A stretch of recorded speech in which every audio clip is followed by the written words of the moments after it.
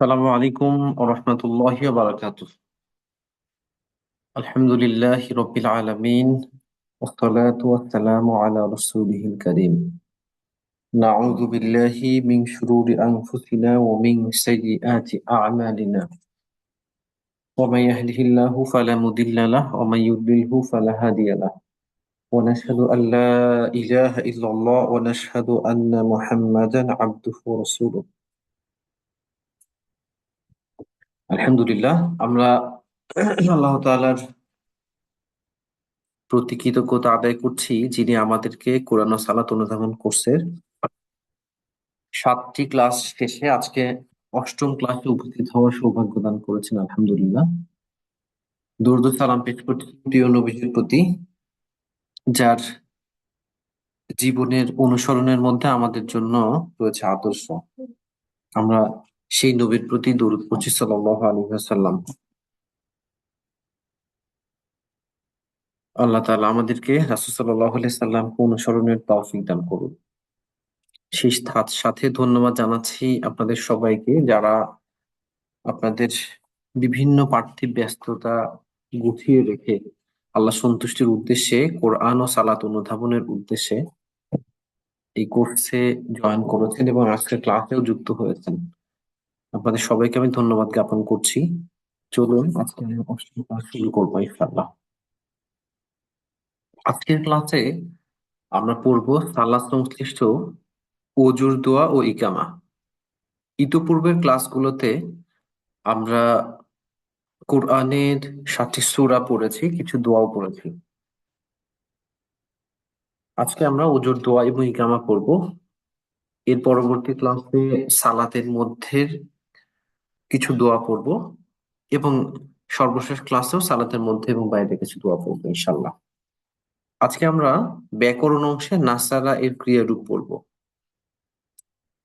7 থেকে 10 এই 4টি ক্লাসে আমরা 4 প্রকারের ক্রিয়াপদ থেকে 21 ফর্ম গঠনের প্রক্রিয়া শুরু করেছি। আমরা গত ক্লাসে ফাতাহা ইয়াফতাহু পড়েছি, আজকে আমরা নাসারা ইয়ানসুরু এই ফর্মটা প্র্যাকটিস করবো ইনশাআল্লাহ। চলুন আমরা শুরু করি।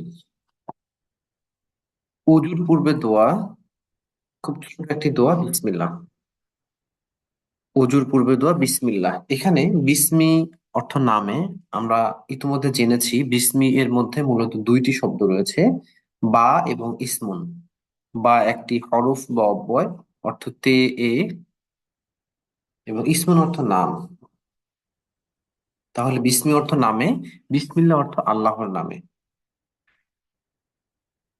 এরপরে ওযুর পরে আমরা একটি দোয়া পড়ি, আশহাদু আল্লা ইলাহা ইল্লাল্লাহ ওয়া আশহাদু আন্না মুহাম্মাদান আবদুহু ওয়া রাসূলুহু। আচ্ছা, আমরা এক এক করে পড়তে থাকি। আশহাদু অর্থ আমি সাক্ষ্য দেই। আশহাদু আমি সাক্ষ্য দেই, বা আমি সাক্ষ্য দিচ্ছি। আমি সাক্ষ্য দিচ্ছি। আমি আশা করব বরাবরের মতোই আপনারা আমার সাথে একটু শাব্দিক অর্থগুলো রিপিট করবেন। আশহাদু আমি সাক্ষ্য দিচ্ছি।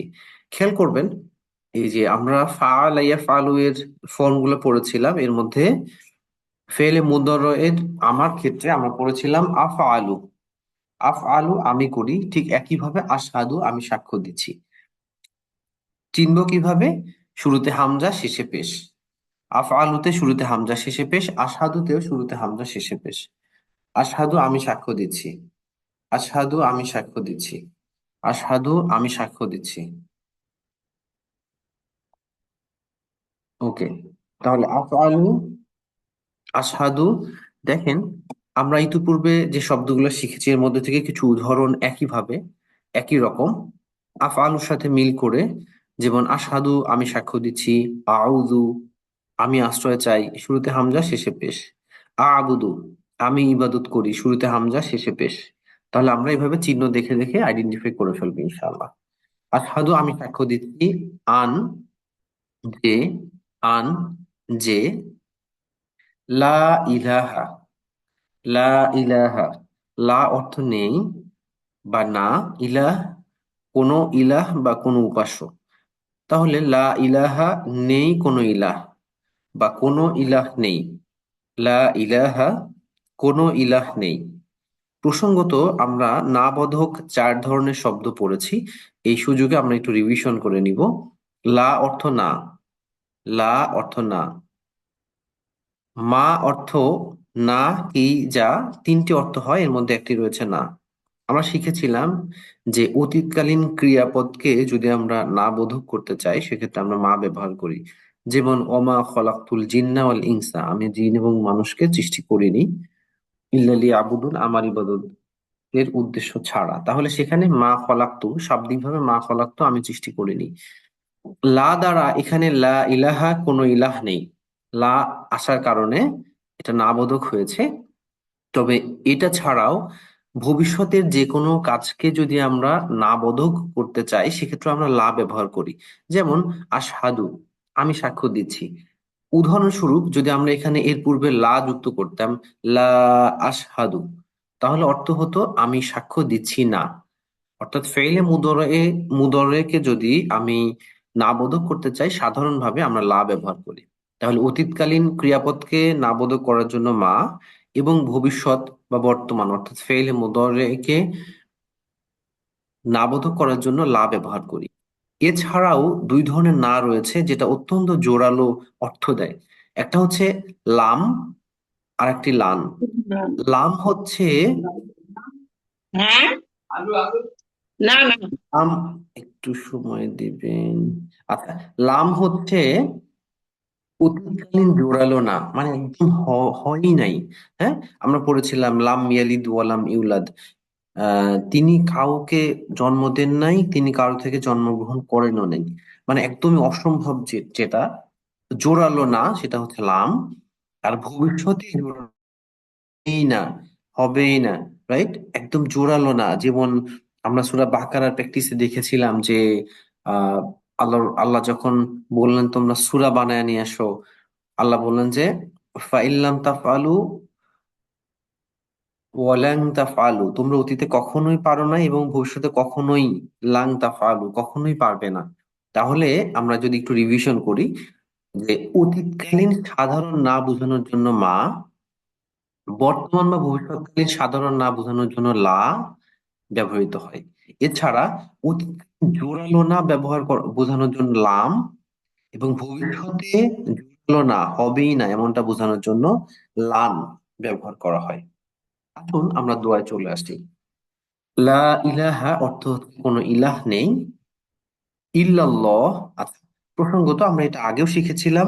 ইলাহ শব্দটি এক বচন, বহুবচন হচ্ছে আলিহা। ইলাহ শব্দটি এক বচন, বহুবচন আলিহা। ওকে, ইলাহ শব্দটি এক বচন, বহুবচন আলিহা। ওকে, তাহলে আমরা দেখি আমি সাক্ষ্য দিচ্ছি আল্লাহ ইলাহা, যে কোনো ইলাহ নেই, ইল্লাল্লাহ, আল্লাহ ছাড়া। হ্যাঁ, ইল্লাল্লাহ, আল্লাহ ছাড়া। এখানে আমরা দেখছি প্রায় আশহাদু ছাড়া, সম্ভবত আশহাদু এটা আমরা আগে পড়েছি কিনা। আর এছাড়া বাকি সবগুলো কিন্তু আমাদের কাছে পূর্ব পরিচিত। তাহলে ইল্লাল্লাহ অর্থ আল্লাহ ছাড়া, ইল্লাহ অর্থ ছাড়া বা ব্যতীত, আর ইল্লাল্লাহ অর্থ আল্লাহ ছাড়া। আমরা পড়েছিলাম সূরা আসরে, ইল্লাল্লাযীনা আমানু ওয়া আমিলুস সলিহাত, তাই না, তারা ব্যতীত যারা ঈমান এনেছে এবং সৎকর্ম করেছে। তাহলে ইল্লাহ অর্থাৎ ছাড়া বা ব্যতীত, ইল্লাল্লাহ আল্লাহ ছাড়া। তাহলে আমরা যদি একসাথে পড়ি, আশহাদু, আমি সাক্ষ্য দিচ্ছি, আন, যে, লা ইলাহা, কোনো ইলাহ নেই, ইল্লাল্লাহ, আল্লাহ ছাড়া। তাহলে পুরো অর্থটি দাঁড়াচ্ছে আমি সাক্ষ্য দিচ্ছি যে আল্লাহ ছাড়া কোনো ইলাহ নেই। তবে প্রসঙ্গত এখানে ইলাহ শব্দটি অনেক ক্ষেত্রে এভাবে অনুবাদ করা হয়, আমি সাক্ষ্য দিচ্ছি যে আল্লাহ ছাড়া কোনো প্রকৃত উপাস্য নাই। কারণ ইলাহ হচ্ছে একমাত্র তিনি, যিনি আহ যার ইবাদতই আমাদের করা উচিত, যিনি একমাত্র ইলাহ। প্রসঙ্গত কোরআনের বর্ণনা অনুযায়ী আমরা কখনো কখনো হয়তোবা আমি আপনি না, অথবা হয়তোবা অন্য কেউ, আল্লাহ আমাদের তাদের থেকে হেফাজত করুন, যারা আল্লাহ ছাড়া অন্য কাউকেও ইলাহ হিসেবে গ্রহণ করে। আহ যেমন হচ্ছে কোথাও বলা হয়েছে তারা তাদের নফসকে ইলাহ হিসেবে গ্রহণ করেছে, নফস যেটা বলে তারা সেটাই শুনে। কোথাও বলা হয়েছে তারা তাদের আলেমদেরকে ইলাহ হিসেবে গ্রহণ করেছে, কারণ আলেমরা যেটাকে হালাল বলে সেটাই হালাল মানে। যেটাকে হারাম বলে সেটা হারাম, মানে মানে বিধানটা মূলত এখানে আলেমরা দেয়। এটা বনী ইসরাইলের কিছু আলেমের বিষয়ে বলা হয়েছে। আবার সূরা নূহতে বলা হয়েছে, আমরা যদি একটু ঘুরে আসি প্রসঙ্গত, যেহেতু এখানে ইলাহ শব্দটি এক বচন ব্যবহার করা হয়েছে, আমরা সূরা নূহ থেকে একটু ঘুরে আসবো, আমাকে একটু সময় দিবেন। 71 নম্বর সূরা নূহ। ওকে, সেখানে বলা হয়েছে যে নূহ আলাইহিস সালাম যখন দাওয়াত দিতে থাকলেন, একটা পর্যায়ে গিয়ে তাদের কিছু লোকজন, প্রভাবশালী লোকজন অন্যদেরকে বলতে থাকলো যে, দেখেন, এটা হচ্ছে 23 নম্বর আয়াত, যেখানে বলা হয়েছে অকলু। এখন আপনারা অনেকগুলো ইংরেজি পারবেন। ও এবং কলু, তারা বলল, লা তাযারুন্না। লা তাযারুন্না অর্থ হচ্ছে তোমরা পরিত্যাগ করো না। ওকে, তোমরা পরিত্যাগ করো না আলিহাতাকুম। আলিহাতাকুম, তোমাদের ইলাহদেরকে। দেখেন, এই যে এখানে বলা হয়েছে আলিহা, আলিহা শব্দটি ব্যবহার করা হয়েছে, অর্থাৎ ইলাহ সমূহ, কুম তোমাদের। তাহলে সেই লোকগুলো কি বলছে? লা তাযারুন্না আলিহাতাকুম, তোমরা তোমাদের ইলাহ সমূহকে পরিত্যাগ করো না। অর্থাৎ তারা অনেকগুলোকে তারা ইলাহ হিসেবে গ্রহণ করেছিল। এখানে কিছু নামও দেয়া হয়েছে, সুয়া, ইয়াগুস, ইয়াউক, নাসর, বেশ কয়েকটা নাম, ওয়াদ্দা, 5টি নাম উল্লেখ করা হয়েছে। তাহলে আমরা দেখতে পেলাম যে এখানে তারা আল্লাহকে ব্যতি রেখে আর অনেককে ইলাহ হিসেবে গ্রহণ করেছে। মক্কার মুশরিকদের বিষয়ে আমরা জানি। তাহলে আমরা দেখতে পাচ্ছি যে অসংখ্য সৃষ্ট মানুষ, আল্লাহ তাআলার সৃষ্ট এই মানুষ, যাদের উচিত একমাত্র আল্লাহকে ইলাহ হিসেবে গ্রহণ করা, তারা আল্লাহকে ইলাহ হিসেবে গ্রহণ না করে আরো অনেককে ইলাহ হিসেবে গ্রহণ করেছে। এবং অজ্ঞতাবশত কেউ নিজের নফসকেও ইলাহ হিসেবে গ্রহণ করে ফেলতে পারে। আল্লাহ আমাদের তাদের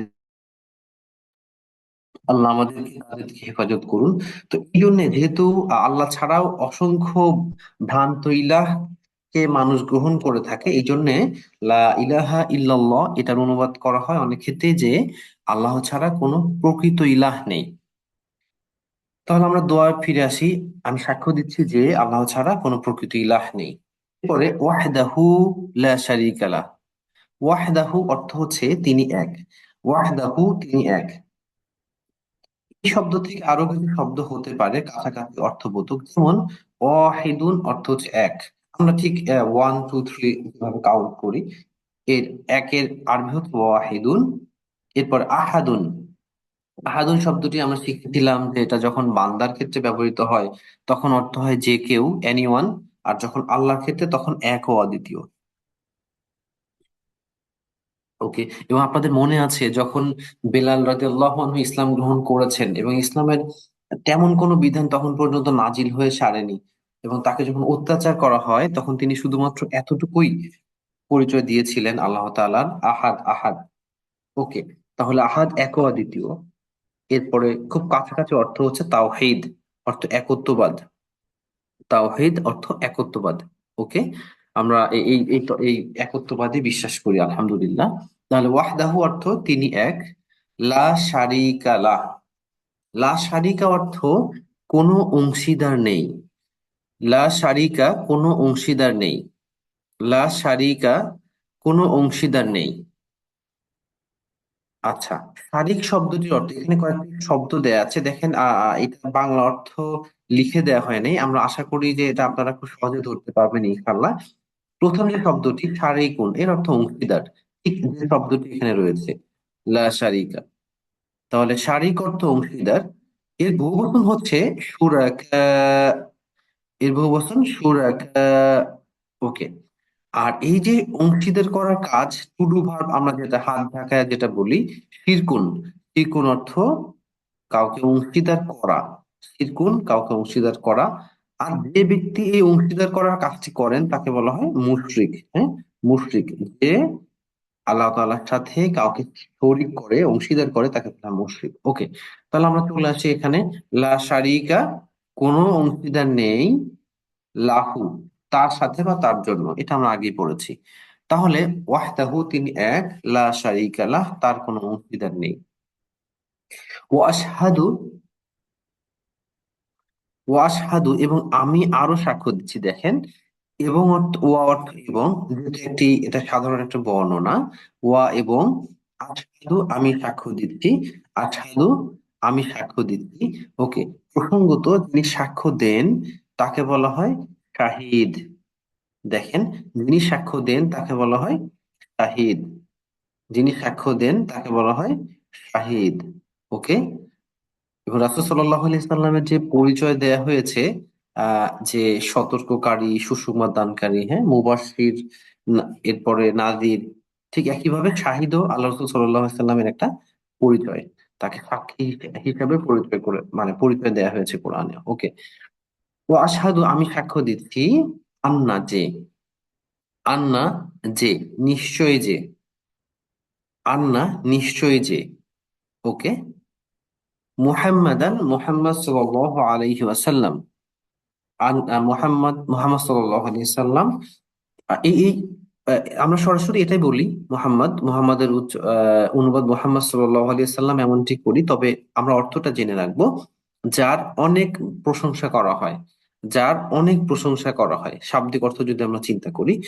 ইতোপূর্বে কোন একটি ক্লাসে আপনাদেরকে আমরা এটা বলেছিলাম যে আরবিতে কোনো শব্দে এটা অনেক সময় হয় যে সে শব্দে যদি তাসদিদ থাকে তাহলে এটা দ্বারা রিপিটেশন বোঝায়, বারবার হওয়া বোঝায়। যেমন এখানে মোহাম্মদ, মিমের উপর তাসদিদ রয়েছে, মানে ব্যাপারটা এরকম। এটা তো হামদুন থেকে এসেছে, হামদুন অর্থ প্রশংসা, আমরা জানি যে এটা হচ্ছে তিনি হচ্ছেন এমন যার বারবার বারবার প্রশংসা করা হয়, যার মানে প্রশংসা শুধু একবার না বারবার করা হয়, এটা শব্দের মধ্যে এমনটা রয়েছে। জি, তিনি লিখেছেন এটা হচ্ছে মাফউল। আমরা যেটা পড়েছি তিন বর্ণের ক্ষেত্রে, তিন বর্ণের সাধারণ সাধারণ যে বর্ণ আমরা পড়েছি, আহ এই যে মাফউল, মাজলুম, ঠিক কর্মবাচক আমরা যেটাকে বলি, ঠিক এরকমই এটা হচ্ছে ওই যে 23 প্রকারের এক ধরনের প্রকার, যেটা আমরা পড়বো না। সো এর এর মধ্যে আসছে, এর মাফউল ফর্ম হচ্ছে মুহাম্মদ। ওকে, আসুন আমরা সেই দিকে আর বিস্তারিত না যাই। ওয়াশহাদু আন্না মুহাম্মাদান আবদুহু ওয়া রাসূলুহু। আবদুহু অর্থ হচ্ছে তার বান্দা, আব্দু অর্থ বান্দা, হু অর্থ তার, তাই না? এটা সম্বন্ধ বাচক সর্বনাম। আব্দুহু তার বান্দা, আব্দুহু তার বান্দা।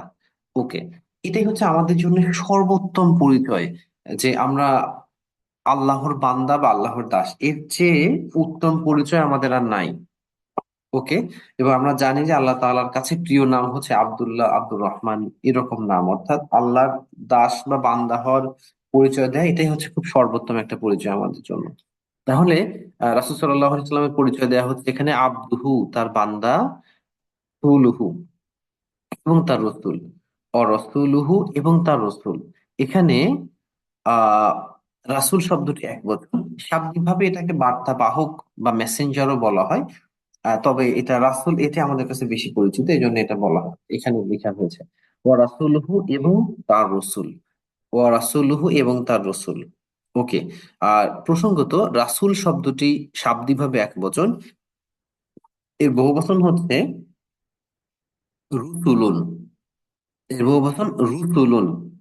দেখেন, একটু কিন্তু ভিন্নতা আছে। রসুলুন, রসুলুন রতে জবর, আর বহুবচন হচ্ছে রুসুলুন। হ্যাঁ, আরবিতে এমনটি হয়, আমরা ইতিপূর্বে দেখেছিলাম যে বচন যতটুকু দেখতে, বহুবচনে এর বড় বা ছোট হতে পারে, বড় হতে পারে, ছোট হতে পারে। যেমন আমরা উকদা, উকদা গিরা, এর বহুবচন দেখেছিলাম উকদ। ঠিক এখানে এমনটি দেখছি যে রসুলুন, এটা এক বচন, বহুবচন রুসুলুন। ওকে, দেখতে খুব ছোট মনে হলেও, এক বচনের চেয়ে ছোট মনে হলেও এটা আসলে বহুবচন। ওকে, তাহলে আমরা পুরো দোয়ায় চলে আসি। ও আশহাদু এবং আমি আরো সাক্ষ্য দিচ্ছি, আন্না নিশ্চয়ই যে, মুহাম্মদ সাল্লাল্লাহু আলাইহি ওয়াসাল্লাম, আবদুহু ওয়া রাসূলুহু তার বান্দা এবং রাসূল। আচ্ছা, এরপরে ওদের পরে দোয়ার আর একটু এক্সটেনশন আছে। আল্লাহুম্মা জাআলনি মিনাত তাওয়াবিন ওয়াজআলনি মিনাল মুতাতাহহিরিন। আল্লাহুম্মা অর্থ হে আল্লাহ, এটা আমরা এর আগেও পড়েছি। আল্লাহুম্মা হে আল্লাহ, অর্থাৎ ইয়া আল্লাহ অর্থ হে আল্লাহ, ঠিক এই এই শব্দটি একই অর্থবোধক। ওকে, আমরা ইয়া আল্লাহ সাধারণভাবে অনেক দোয়াতে ইয়া আল্লাহ বা হায় আল্লাহ বাংলাতে বলি। ওকে, সো আল্লাহুম্মা অর্থ একই, হে আল্লাহ। ইজআলনি, ইজআলনি। ওকে, ইজআলনি, দেখেন আমরা যদি একসাথে পড়ে যাই, আমরা যদি একসাথে পড়ে যাই আল্লাহুম্মা জাআলনি, এমনটি পড়ি। এবং অনেক আয়াতেই এমনটা পড়তে হয় আমাদের, কোন আয়াতের মাঝে বা একটা আয়াত শেষ আর একটা আয়াত শুরু, এমনটি এই হামজাটা আমরা উচ্চারণ করি না। আমরা এইভাবে একসাথে পড়লে এরকম আল্লাহুম্মা জাআলনি। আর আমরা যদি আলাদা পড়ি ইজআলনি, প্রশ্ন হচ্ছে আমরা এটা আজআলনি কেন পড়লাম না? এই প্রশ্নটা আসতে পারে। আমরা চেষ্টা করব আগামী কোন একটা ক্লাসে, যেহেতু আর দুইটি ক্লাসে আমাদের সামনে আছে, আগামী কোন একটা ক্লাসে আমরা বিষয়টা নিয়ে একটু বিস্তারিত বলার জন্য। এই ধরনের হামজাটা যদি আমরা আলাদা পড়তে চাই তাহলে জের জবর নাকি পেশ দিয়ে পড়বো। খুব ইন্টারেস্টিং একটা নিয়ম আছে, খুব শর্ট নিয়ম, এটা আমরা শিখে নিবো ইনশাল্লাহ। আপাতত আমরা এখানে জের দিয়ে পড়ে যাই। ইজআলনি, তাহলে ইজআলনি, ইজআল অর্থ অন্তর্ভুক্ত করুন, আমরা পড়েছিলাম ফেল আমর ইফআল, ইজআল। ওকে, ইফআল, ইজআল, তাহলে ইজআল অন্তর্ভুক্ত করুন, নি আমাকে, কাদের মাঝে, মিনাত তাওয়াবিন, মিন মাঝে, কাদের, তাওয়াবিন, তাওয়াবিন, হ্যাঁ, যারা তওবা করে বারবার ফিরে আসে বা যারা অনুতপ্ত হয় তাদের মাঝে। আমরা ইতিপূর্বে পড়েছিলাম সূরা নাসর পড়ার সময় যে তাওবা শব্দের অর্থ সে ফিরে আসলো, আর তাইবুন অর্থ যে ফিরে আসে। আর বারবার ফিরে আসে এই শব্দটাকে বলা হয় তাওয়াবুন। খেয়াল করেছেন এখানে একটা তাগিদ আছে। ওকে, তাওয়াবুন, যে বারবার ফিরে আসে। আমরা দেখেছি যে এখানে বান্দার ক্ষেত্রে ব্যবহৃত হয়, আল্লাহর ক্ষেত্রে ব্যবহৃত হয়। বান্দার ক্ষেত্রে কেমন, সে বারবার ফিরে আসে। আর আল্লাহর ক্ষেত্রে কেমন, আল্লাহ বান্দার এই বারবার ফিরে আসাটাকে এটা অ্যাকসেপ্ট করেন, এটাকে স্বাগত জানান বা এটা গ্রহণ করেন। ওকে, আমরা তো নাসরে পড়েছিলাম ইন্নাহু কানা তাওয়াবা, নিশ্চয়ই তিনি তওবা কবুলকারী, হ্যাঁ, বা এই যে বান্দার বারবার ফিরে আসাটাকে তিনি কবুল করেন। সেখানে আল্লাহর ক্ষেত্রে ব্যবহৃত হয়েছিল তাওয়াব শব্দটি, আর এখানে ব্যবহৃত হচ্ছে বান্দার ক্ষেত্রে। আল ইজআলনি, আমাকে অন্তর্ভুক্ত করুন, মিনাত তাওয়াবিন, তাদের মাঝে যারা অনুতপ্ত হয় বা যারা বারবার ফিরে আসে। ওকে, এবং আমরা প্রসঙ্গত আমরা জানি যে আমরা যদি কোনো বড় অপরাধ করে থাকি যেগুলোকে কবিরা গুনাহ বলে, এরকম কোনো অপরাধ করে ফেললে সেক্ষেত্রে আমাদেরকে অনুতপ্ত হতে হয়, তওবা করতে হয়। এবং অপরাধটা যদি খুব বেশি বড় হয়ে যায় সেক্ষেত্রে আমাদেরকে আল্লাহর প্রতি ঈমানও আনতে হয়, ঈমান আনতে হয়, তওবা করতে হয় এবং সৎকর্ম করতে হয়। ওকে, আচ্ছা, তাহলে আমরা এখানে এই দোয়াটা শেষ করি। এখানে বলা হচ্ছে হে আল্লাহ আমাকে অনুতপ্ত, যারা অনুতপ্ত হয় তাদের মাঝে অন্তর্ভুক্ত করুন।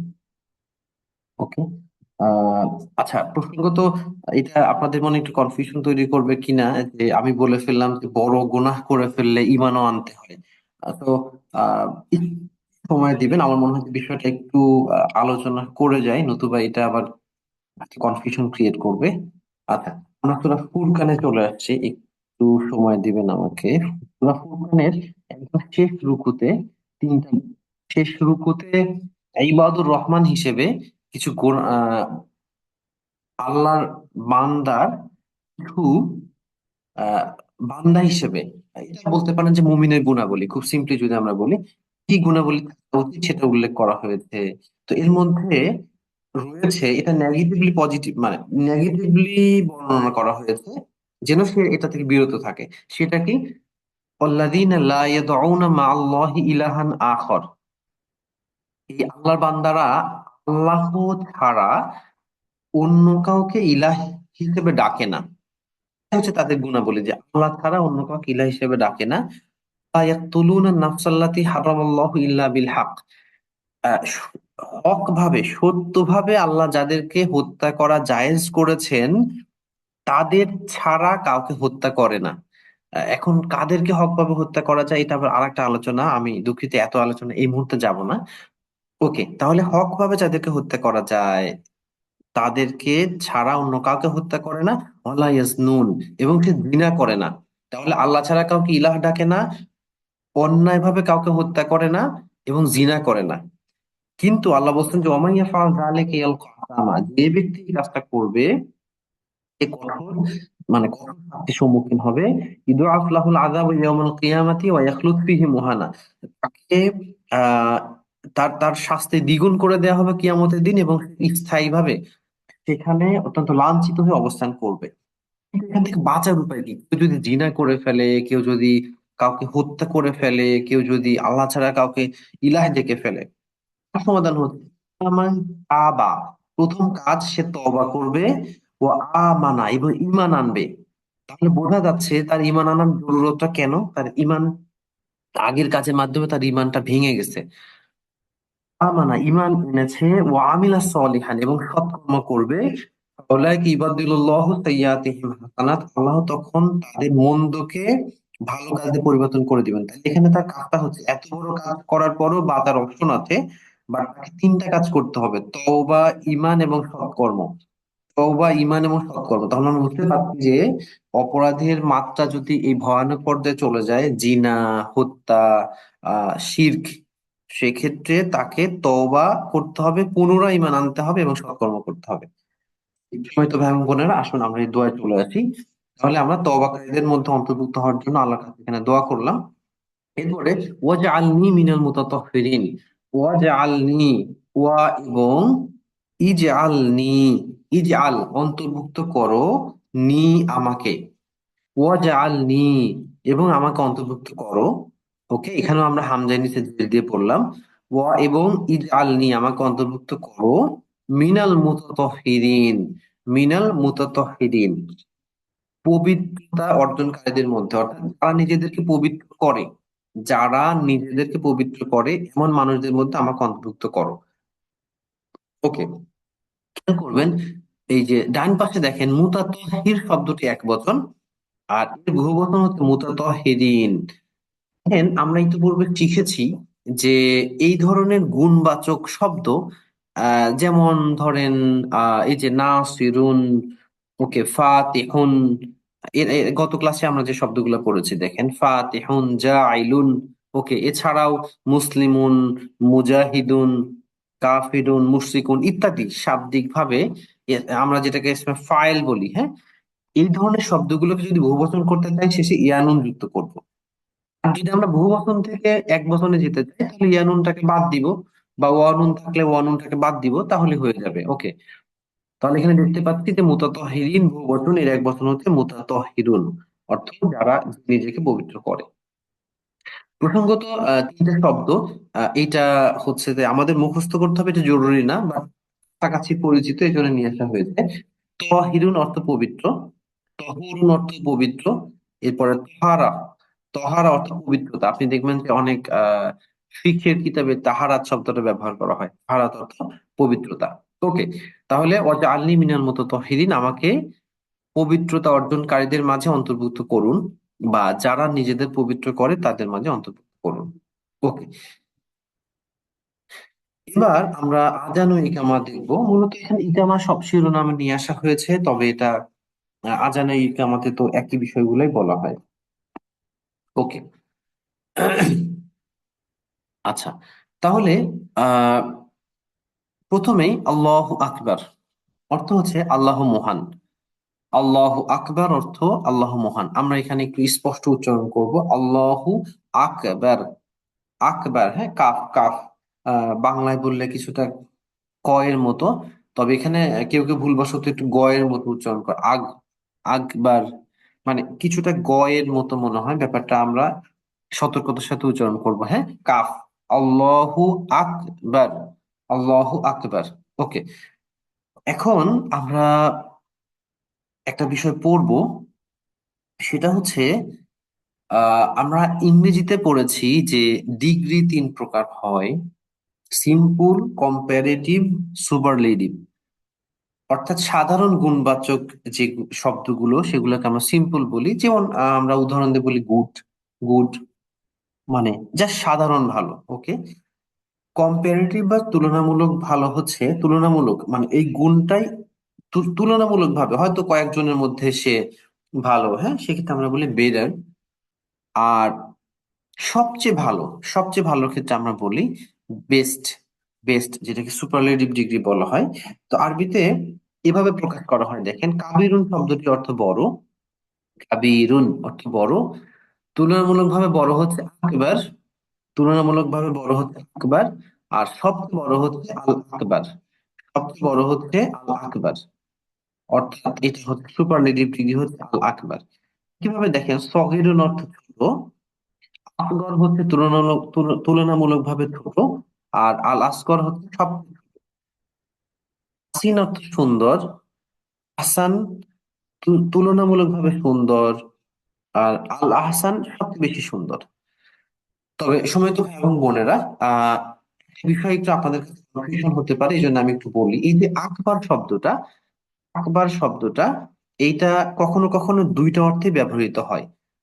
যে তুলনামূলকভাবে বড় এভাবে ব্যবহৃত হয়, এবং সবচেয়ে বড় এমন ব্যবহৃত হয়। যেমন এর আগে আপনাদের সাথে আমরা উদাহরণ দিয়েছিলাম যে এই যে দুনিয়া পড়ার সময়, তাই না? আদানা সবচেয়ে তুচ্ছ, এর স্ত্রীলিঙ্গ ছিল দুনিয়া। আসগর সবচেয়ে ছোট, এর স্ত্রীলিঙ্গ ছিল সুগ্র। আহসান সবচেয়ে উত্তম, এর স্ত্রীলিঙ্গ ছিল হোসনা। তো এভাবে এই আকবার শব্দটা, অর্থাৎ এই কম্পারেটিভ শব্দটা কখনো কখনো সুপারলেটিভের জন্য ব্যবহৃত হয়। আমরা চলে আসি। আল্লাহু আকবার অর্থ হচ্ছে আল্লাহ মহান। পরে আশহাদু আল্লা ইলাহা ইল্লাল্লাহ, এটা আমরা উজুর দোয়ার পরবর্তীতে পড়েছি। আশহাদু আমি সাক্ষ্য দিচ্ছি, আন যে, লা ইলাহা কোনো ইলাহ নেই, কোনো প্রকৃত উপাস্য নেই, ইল্লাল্লাহ আল্লাহ ছাড়া। পরে আশহাদু আন্না মুহাম্মাদার রাসূলুল্লাহ। ওকে, আমি সাক্ষ্য দিচ্ছি, আশহাদু যিনি সাক্ষ্য দেন তিনি হচ্ছে শাহিদ। আশহাদু আমি সাক্ষ্য দিচ্ছি, আন্না নিশ্চয়ই যে, মুহাম্মদ সাল্লাল্লাহু আলাইহি ওয়াসাল্লাম, অর্থাৎ যার অনেক প্রশংসা করা হয়, রাসূলুল্লাহ আল্লাহ রাসূল। ওকে, এটা আমরা হুজুর দোয়ার পরে পড়েছি, এই জন্য রিপিট করলাম না। এরপরে হাইয়া আলাস সালাহ। হাইয়া আলাস সালাহ। ওকে, হাইয়া অর্থ এসো। হাইয়া অর্থ এসো। দেখেন, এখানে এই শব্দটি একটি আদেশ সূচক শব্দ। ফেলে আমর বা আদেশ সূচক শব্দ। আমরা খুব ডিটেলস যাব না এখানে, এতটুকু জেনে রাখবো যে হাইয়া এসো। আমরা অর্থ দেখে বুঝতে পারছি যে এটা একটা আহ্বান করা হচ্ছে এখানে। ওকে, এসো। তো এটা একটা ফেলে আমর বা আদেশ সূচক। ফেলে আমর বা আদেশ সূচক শব্দ, এটা আমরা মনে রাখবো ইনশাল্লাহ। তাহলে হাইয়া এসো। আলা সলা। আলা সলা। ওকে, আলা মানে আমরা পড়েছিলাম জন্য, তবে এখানে বাক্যের সুন্দর অর্থ তুলে আনার জন্য এখানে আহ আহ, জন্য, আলা মানে উপরে পড়েছিলাম, সেটা পরিবর্তে আমরা এখানে জন্য ব্যবহার করছি। তাহলে আলা সলা নামাজের জন্য। আলা সলা নামাজের জন্য। আলা সলা নামাজের জন্য। এখন দেখেন, আপনারা নিশ্চয়ই এই এক বচন এবং বহু বচনের চিহ্নের সাথে পরিচিত হয়েছেন। সলাহ শব্দটি শাব্দিকভাবে এক বচন, শেষে একটি গোলতা রয়েছে। এখন যে শব্দের মধ্যে গোলতা রয়েছে, স্ত্রীলিঙ্গবাচক এক বচন, তাকে যদি আমি বহুবচন করতে চাই, সেক্ষেত্রে আমরা কি করি? এই গোলতার পরিবর্তে একটি আলিফ এবং বড়তা ব্যবহার করি। আলিফ এবং বড়তা ব্যবহার করি। আলিফ এবং বড়তা ব্যবহার করি। তাহলে সলাহ এক বচন, সলাওয়াত এটা হচ্ছে বহুবচন। ওকে, এটা আমরা একটু জেনে রাখবো। এটা আমরা দুই ধরনের ব্যবহারই পাই। সলাহ শব্দটি এক বচন, সলাওয়াত বহুবচন। ওকে, তাহলে হাইয়া আলা সলাহ নামাজের জন্য এসো। হাইয়া আলাল ফালাহ। হাইয়া এসো আলাল ফালাহ কল্যাণের জন্য। ফালাহ শব্দের অর্থ কল্যাণ। কল্যাণ বা সাফল্য। ওকে, কল্যাণ শব্দটা বেশি পরিচিত, তাহলে আমরা একটু মুখস্থ করে নিই। ফালাহ কল্যাণ। ফালাহ কল্যাণ।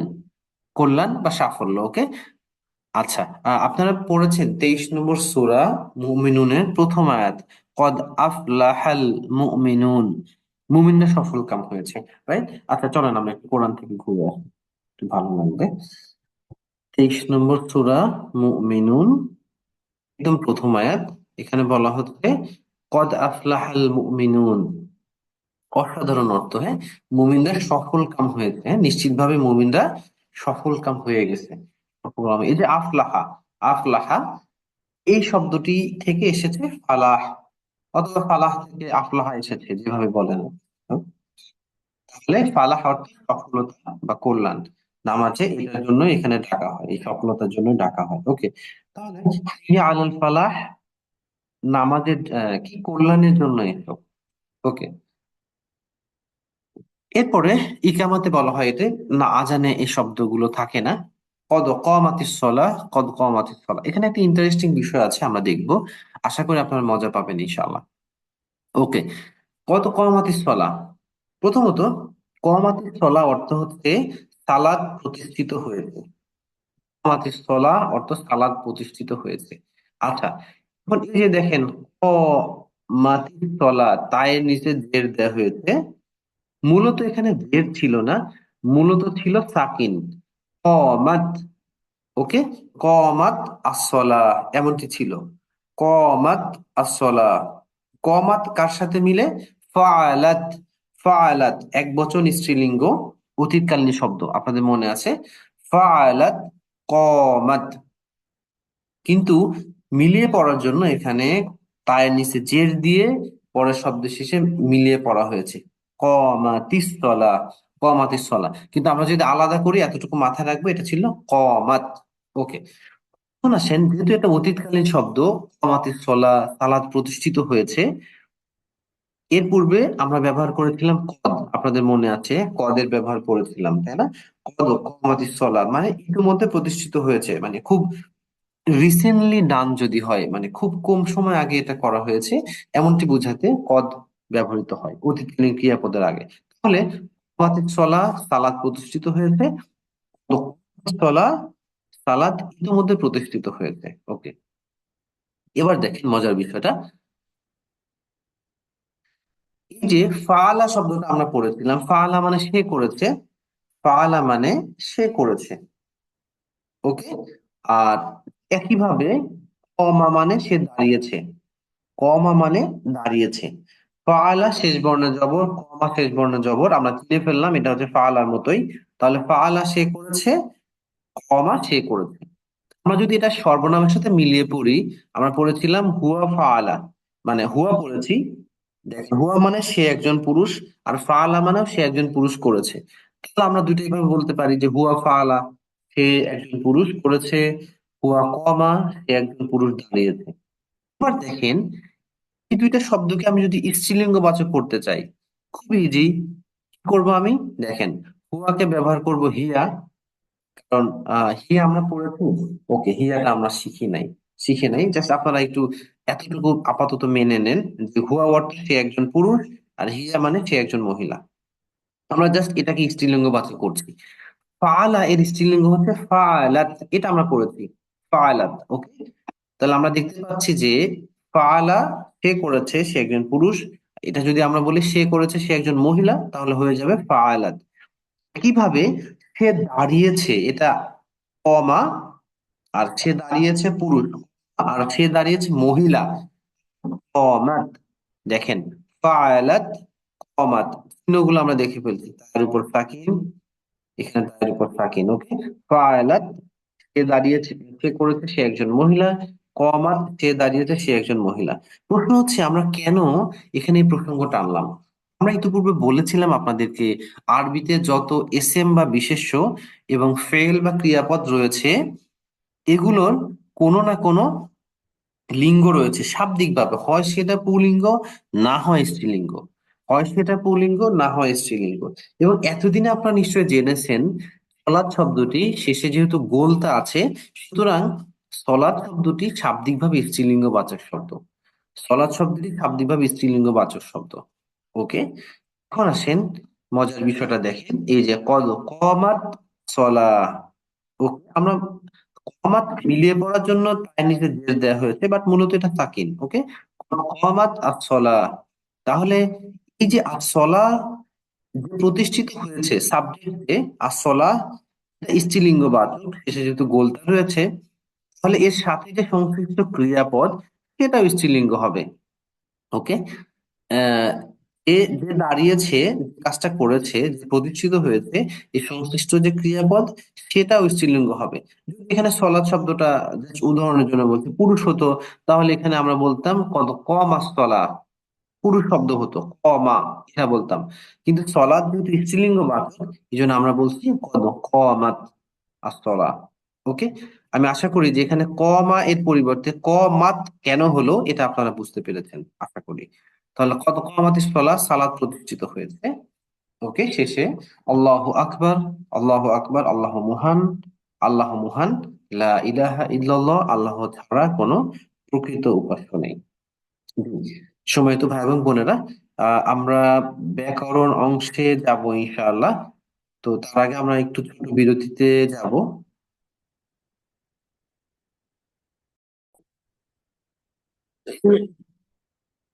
জি, আলহামদুলিল্লাহ, আমরা আবার বিরতির পরে শুরু করলাম। আজকে আমরা ব্যাকরণ অংশে খুব ইন্টারেস্টিং একটা ব্যবহার দেখব, এবং পবিত্র কোরআনে এটা অনেক ব্যবহার হয়েছে। ওকে, আপনাদের মনে আছে যে আমরা 4 ধরনের শব্দ পড়ছি। ওকে, আহ ইফতাহু আমরা গত ক্লাসে পড়েছি। আজকে আমরা পড়বো নাসারা ইয়ানসুরু, নাসরা ইয়ানসুরু। ওকে, এবং পরবর্তী 2টি ক্লাসে দরাবা ইয়াদরিবু এবং সামিয়া ইয়াসমাউ পড়বো। ওকে, আপনাদের মনে আছে যে আরবি যে ফেইল বা ক্রিয়াপদ রয়েছে, এগুলোকে এই মোটামুটি 43 প্রকারে ভাগ করা হয়, 43 প্রকার ভাগ করা হয়। এর মধ্যে কিছু প্রকারের ব্যবহার খুব বেশি দেখা যায়, কিছু কম দেখা যায়। তো এরই মধ্যে খুব পুনরাবৃত্তি হওয়া বা বেশি ব্যবহার হওয়া 4 ধরনের ক্রিয়াপদ নিয়ে আমরা পড়ছি। এবং এটাকে ভাগ করা হয়েছে এইভাবে: ফেলে মাদি এর প্রথম শব্দ এবং ফেলে মুদরায়ের প্রথম শব্দ, এর উচ্চারণে যে সামান্য একটু পার্থক্য শেষের আগের বর্ণের জবর বা পেশ হওয়ার উপর ভিত্তি করে, সেভাবেই এই 4টি ভাগে ভাগ করা হয়েছে। এটা আমরা গত ক্লাসে পড়েছিলাম, কিন্তু আপনাদের সুবিধার জন্য আমরা একটু রিপিট করব। ফাতাহা ইয়াফতাহু, এখানে শেষের আগের বর্ণ ফাতাহা, শেষের আগের বর্ণ তা, তার উপর রয়েছে জবর, অর্থাৎ শেষের আগের বর্ণে রয়েছে জবর। ইয়াফতাহু, শেষের আগের বর্ণে রয়েছে জবর, অর্থাৎ ক প্রকার হচ্ছে জবর, জবর, জবর, জবর। খতে আমরা দেখতে পাই নাসরা, শেষের আগের বর্ণে জবর, ইয়ানসুরু, শেষের আগের বর্ণে পেশ। তাহলে জবর, পেশ। পরবর্তী ক্লাসে আমরা দেখব দরাবা ইয়াদরিবু, দরাবা শেষের আগের বর্ণ জবর, ইয়াদরিবু শেষের আগের বর্ণে জের। তাহলে গ প্রকার হচ্ছে জবর, জের। এবং সামিয়া ইয়াসমাউ আমরা দেখি, সামিয়া প্রথমে শেষের আগের বর্ণে জের, ইয়াসমাউ শেষের আগের বর্ণে জবর, তাহলে জের, জবর। কিভাবে 4টি প্রকার করা হয়েছে? তো আজকে আমাদের সিলেকশন নাসরা ইয়ানসুরু, জবর, পেশ। জবর পেশ কিভাবে, অর্থাৎ শেষের আগের বর্ণে জবর, অতীতের প্রথম শব্দে শেষের আগের আগের বর্ণে জবর। আর ইয়ানসুরু অতীতের, সরি, বর্তমানের প্রথম শব্দে শেষের আগের বর্ণে পেশ, তাহলে জবর, পেশ। তো এখন নাসর ইয়ানসুরু দিয়ে আমরা অনেক শব্দ, এটি খুবই বহুল ব্যবহৃত একটি বাব বলা হয়। এই যে 43 ধরনের শব্দ, এটাকে বাব বলা হয়। তো খুব বহুল ব্যবহৃত একটি বাব এটি। ওকে, নাসরা ইয়ানসুরু, চলুন আমরা প্র্যাকটিস করে ফেলি। একটু আমার সাথে আপনারা প্র্যাকটিস করবেন যার যার জায়গা থেকে, আশা করি। ওকে, তাহলে ফেইলে মাদি বা অতীতকালীন ক্রিয়া। নাসরা, সে সাহায্য করলো, নাসরু, তারা সাহায্য করলো, নাসরতা, তুমি সাহায্য করলে, নাসরতুম, তোমরা সাহায্য করলে, নাসরতু, আমি সাহায্য করলাম, নাসরনা, আমরা সাহায্য করলাম, নাসরত, সে সাহায্য করলো, সে একজন মহিলা। আপনাদের মনে আছে যে এই 2টি শব্দ স্ত্রীলিঙ্গ, মনে রাখার জন্য এখানে একটি ফুল দিয়ে দেখানো হয়েছে। ওকে, ফেলে মুদরে বর্তমান বা ভবিষ্যৎকালীন ক্রিয়া। ইয়ানসুরু, সে সাহায্য করে, ইয়ানসুরু না, তারা সাহায্য করে। তানসুরু, তুমি সাহায্য করো, তানসুরু না, তোমরা সাহায্য করো। আনসুরু, আমি সাহায্য করি, নানসুরু, আমরা সাহায্য করি। তানসুরু, সে সাহায্য করে, সে একজন স্ত্রী। ওকে। এরপর ফেল আমর বা আদেশ সূচক ক্রিয়া উনসুর, তুমি সাহায্য করো, উনসুরু, তোমরা সাহায্য করো। ফেলে নাহি বা নিষেধ সূচক ক্রিয়া লা তানসুর, তুমি সাহায্য করো না, লা তানসুরু, তোমরা সাহায্য করো না। এরপরে নাসিরুন, সাহায্যকারী, মানসুরুন, যাকে সাহায্য করা হয়, নাসরুন, সাহায্য করা। তাহলে এইভাবে আমরা নাসরা ইয়ানসুরু দিয়ে এই 21টি ফর্ম আমরা পড়ে ফেললাম। এবং আপনারা নিশ্চয় লক্ষ্য করেছেন এই যে অতীতের যে চিহ্নগুলো, নাসরা শেষে জবর, শেষে ওয়াও আলিফ, শেষে তা, তুম, তু, না, তায়ে সাকিন, এই যে অতীতের যে চিহ্নগুলো, এগুলোর কোনো পরিবর্তন নাই। যে প্রকারে আপনি যান, 3 বর্ণ, 4 বর্ণ, 5 বর্ণ, যে কোনো ভাবে যান, এই ধরনের চিহ্নগুলোর কোনো পরিবর্তন হবে না। ওকে। নাসার যন্ত্র প্রকারের আহ আরেকটি শব্দ হচ্ছে খলকুন, মানে সৃষ্টি করা। খলকুন মানে সৃষ্টি করা। আচ্ছা, আহ কিছু না মনে করলে আপনাদের মধ্যে কেউ কি একটু আহ একটু পড়ে শোনাবেন, মানে একটু প্র্যাকটিস সহকারে পড়ে শোনাবেন, এমন কি কেউ আছেন ভাই বা বোনদের মধ্যে থেকে? শুধু পড়ে বলতে আমি আশা করবো যে তিনি প্র্যাকটিস করছেন এবং আমাদেরকে বলছেন। বিষয়টি ধরতে পারছেন কিনা এটা মূলত আমরা একটু দেখতে চাচ্ছি। যে কোনো ভাই বা বোন আছেন কি যে একটু পড়ে শোনাবেন আমাদের সাথে?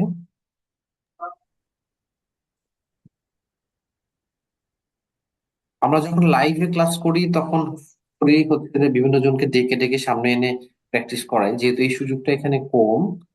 আহ মহসিন ভাই কি কিছু বলবেন? জি, আমি একটু পড়ি শোনাই আপনাকে। জি জি, আমি আশা করবো যে আপনি ইশারা করতেছেন। আপনি চাইলে আমি ক্যামেরাটা অন করার সুযোগ দিতে পারি, অথবা অফ করতে একটু বলতে পারেন। থাক অফ থাকি। জি। জি। আউযু বিল্লাহি মিনাশ শাইতানির রাজিম। বিসমিল্লাহির রহমানির রহিম। খলাক, সৃষ্টি করা। ইয়াখলুকু, তুমি সৃষ্টি করেছো। খলাকু, তোমরা সৃষ্টি আচ্ছা, করেছো। মহসিন ভাই আমি জি একটু শেয়ার করি। প্রথমে আমরা এটার শিরোনামটা বলবো যে ফেলে মাদি বা অতীতকালীন ক্রিয়া। জি জি। এরপরে হ্যাঁ। খলাক, সে সৃষ্টি করেছে, খলাকু, তারা সৃষ্টি করেছে, মানে পুরো অতীতের 7টা বলে ফেলবো। এরপরে বর্তমানে 7টা, এইভাবে। জি, আপনি আগামী প্লিজ। ও আচ্ছা, এই সবগুলো বলতে পারবো না মনে হয়। খলাকু, আগাম তুমি সৃষ্টি করেছো। হ্যাঁ। জি জি, চেষ্টা করেন ইনশাআল্লাহ। জি। ইয়াখলুকু, তুমি সৃষ্টি আচ্ছা, করেছো। ইয়াখ ইয়াখলুকুতে আমরা পরে আসবো। মহসিন ভাই, ও এই ওই ইয়াখলুকুতে আমরা পরে লম্বায় আসবো। পড়বো। জি। জি জি জি, লম্বায় বলবেন। হুম। খলাক তা, স্ত্রী সে সৃষ্টি করেছে। খলাক কুতুম, তোমরা সৃষ্টি করেছো। খলাক তুমি সৃষ্টি করেছো। আমি। না, না সরি, তু তো খলাক খলাক না, আমরা সৃষ্টি করেছি।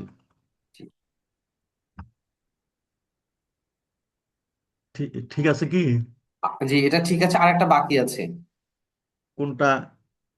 এই যে দেখেন, আমার ইশারা দেখে বোঝা যায় কিনা, বাম হাতের আমি স্ত্রীলিঙ্গ বোঝাচ্ছি। জি জি জি। হ্যাঁ। খলাক, খলাক কি ওই খলাকত, খলাক, খলাক, খলাক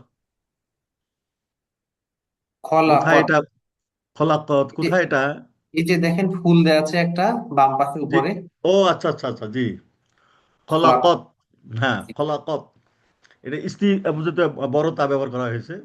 জি, আচ্ছা। গায়ে সাকিন আছে। খলাকত, সে হ্যাঁ, সৃষ্টি করেছে, সে একজন মহিলা। ওকে। সে এই একজন মহিলা, জি। শব্দটা ব্যবহার হয় না, বাট তাক আমরা জাস্ট। লুকু, জি। তাক জি লুকু, জি জি, একটু একটু তারা হ্যাঁ। মহসিন ভাই, আগে আমরা শিরোনামটা বলবো যে ফেলে মুদররে বা বর্তমান ভবিষ্যৎকালীন ক্রিয়া। ফেলে শিরোনামটা মুদারে বলে বর্তমান। আমরা 7টা শব্দ হ্যাঁ। বলবো। জি। জি। ইয়াকলুকু দিয়ে শুরু করেন। ইয়াকলুকু, সে সৃষ্টি করে। হ্যাঁ, ইয়াখলুকু, সে সৃষ্টি করে।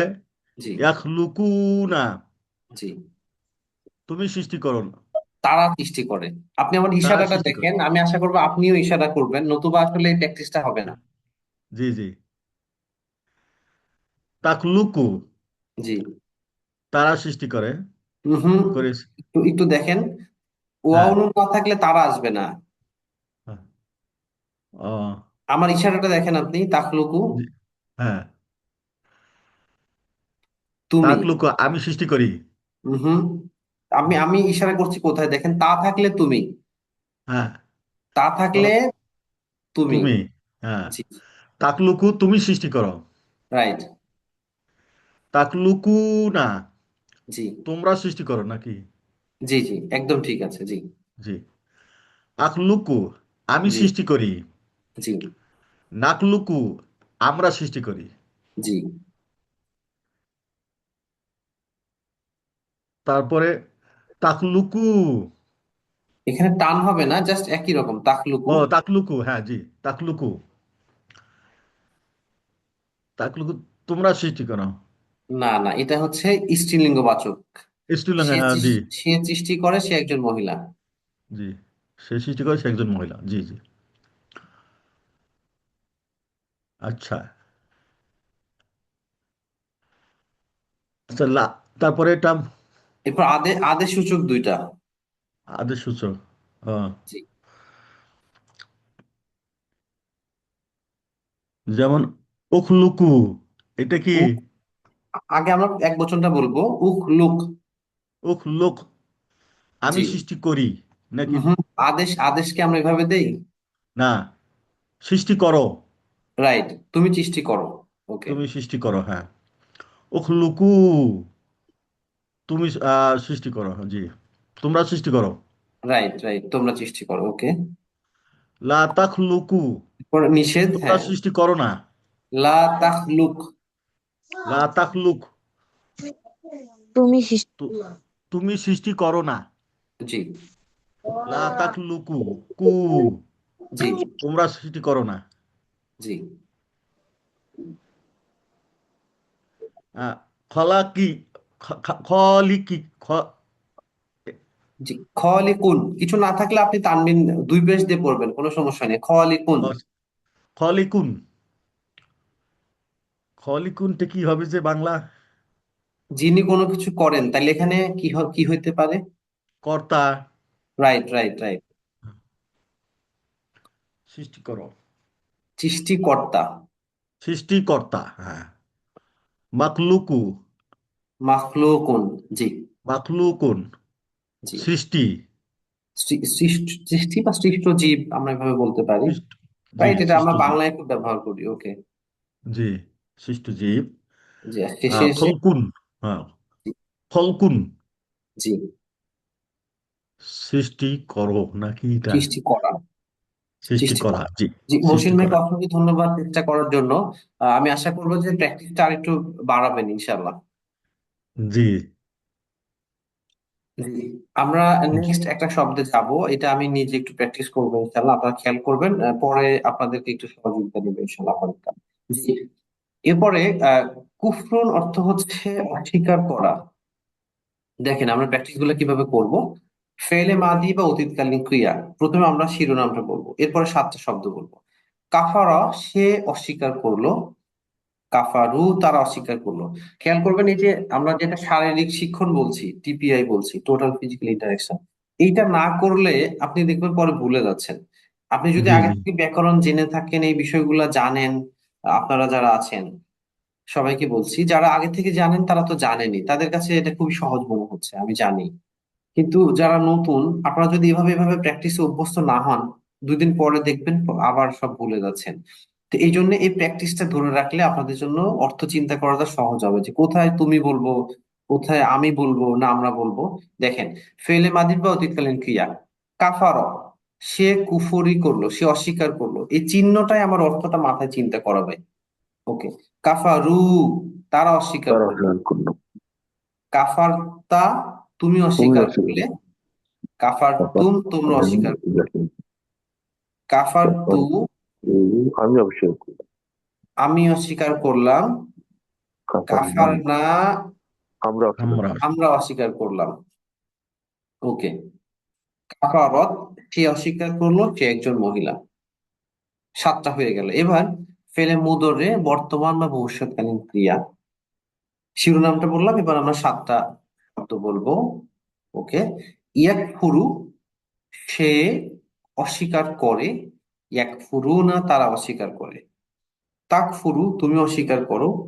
তাকফুরু না, তোমরা অস্বীকার করো। আকফুরু, আমি অস্বীকার করি। নাকফুরু, আমরা অস্বীকার করি। তাকফুরু, সে অস্বীকার করে, সে একজন মহিলা।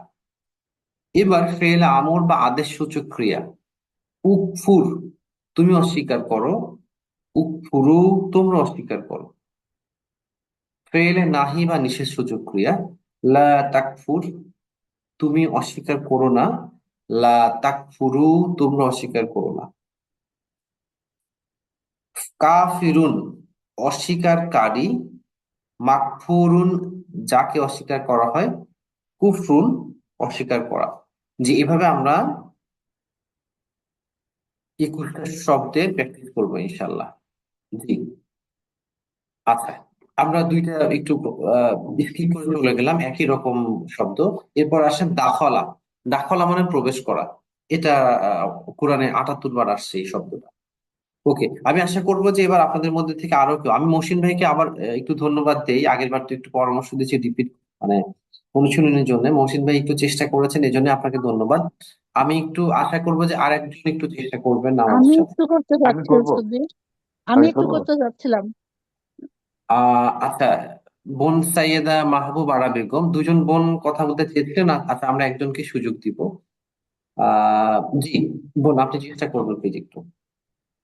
আচ্ছা, আমরা এখন খটা পড়বো, যেটা নাসর এবং ইয়াংসুরু। হ্যাঁ, ফেল মাদি। দাখলা, প্রবেশ করা, যেটা এখান থেকে দাখলাটা পড়বো। দাখলা, যখন আমি দাখলা বলবো তখন আমার ডান হাতটা ডান দিকে, শাহাদাত আঙ্গুলিটা ডান দিকে নির্দেশ করব। সে করে। জি, দাখলু, তারা করে, আমি 4টা আঙ্গুল নির্দেশ করব ডান জি, দিকে। বোন আপনি জাস্ট বলে যান, আমি ইশারা করছি, আচ্ছা কোনো সমস্যা নেই। জি। আচ্ছা।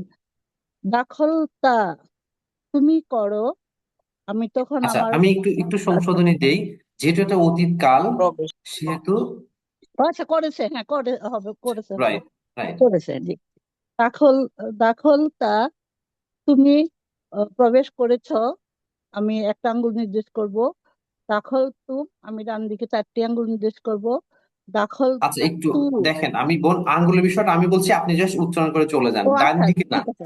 দাখালতুম, এটা সামনের দিকে, হ্যাঁ, ও সরি, দাখালতুম। হ্যাঁ, সামনের দিকে হবে। জি, বলতে গিয়ে উল্টো পাল্টা দাখল দাখলতা, সামনের দিকে একটা আঙ্গুল নির্দেশ হবে। দাখল তু, 4টি আঙ্গুল নির্দেশ হবে। দাখল তু, নিজের দিকে একটা আঙ্গুল নির্দেশ হবে, অর্থাৎ জি, আমি। আপনি শুধু আ- শব্দ এবং অর্থটা বলেন, আঙ্গুলটা আমি দেখাচ্ছি, আপনি অর্থটা শুধু। বলবো, আচ্ছা। আমি, আচ্ছা, আমি প্রবেশ করেছি। দাখল না, আমরা প্রবেশ করেছি। প্রবেশ আর করে দাখলাত, সে প্রবেশ করে, একজন স্ত্রী। দখলত তারপরে এখন, প্রবেশ করে জি, এখন ফেল মাদি।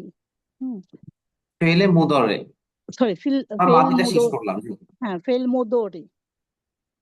ইয়াদ খোলু, জি। ডান দিকে হবে নির্দেশ। ইয়াদ খোলু, সে প্রবেশ করে বা করবে।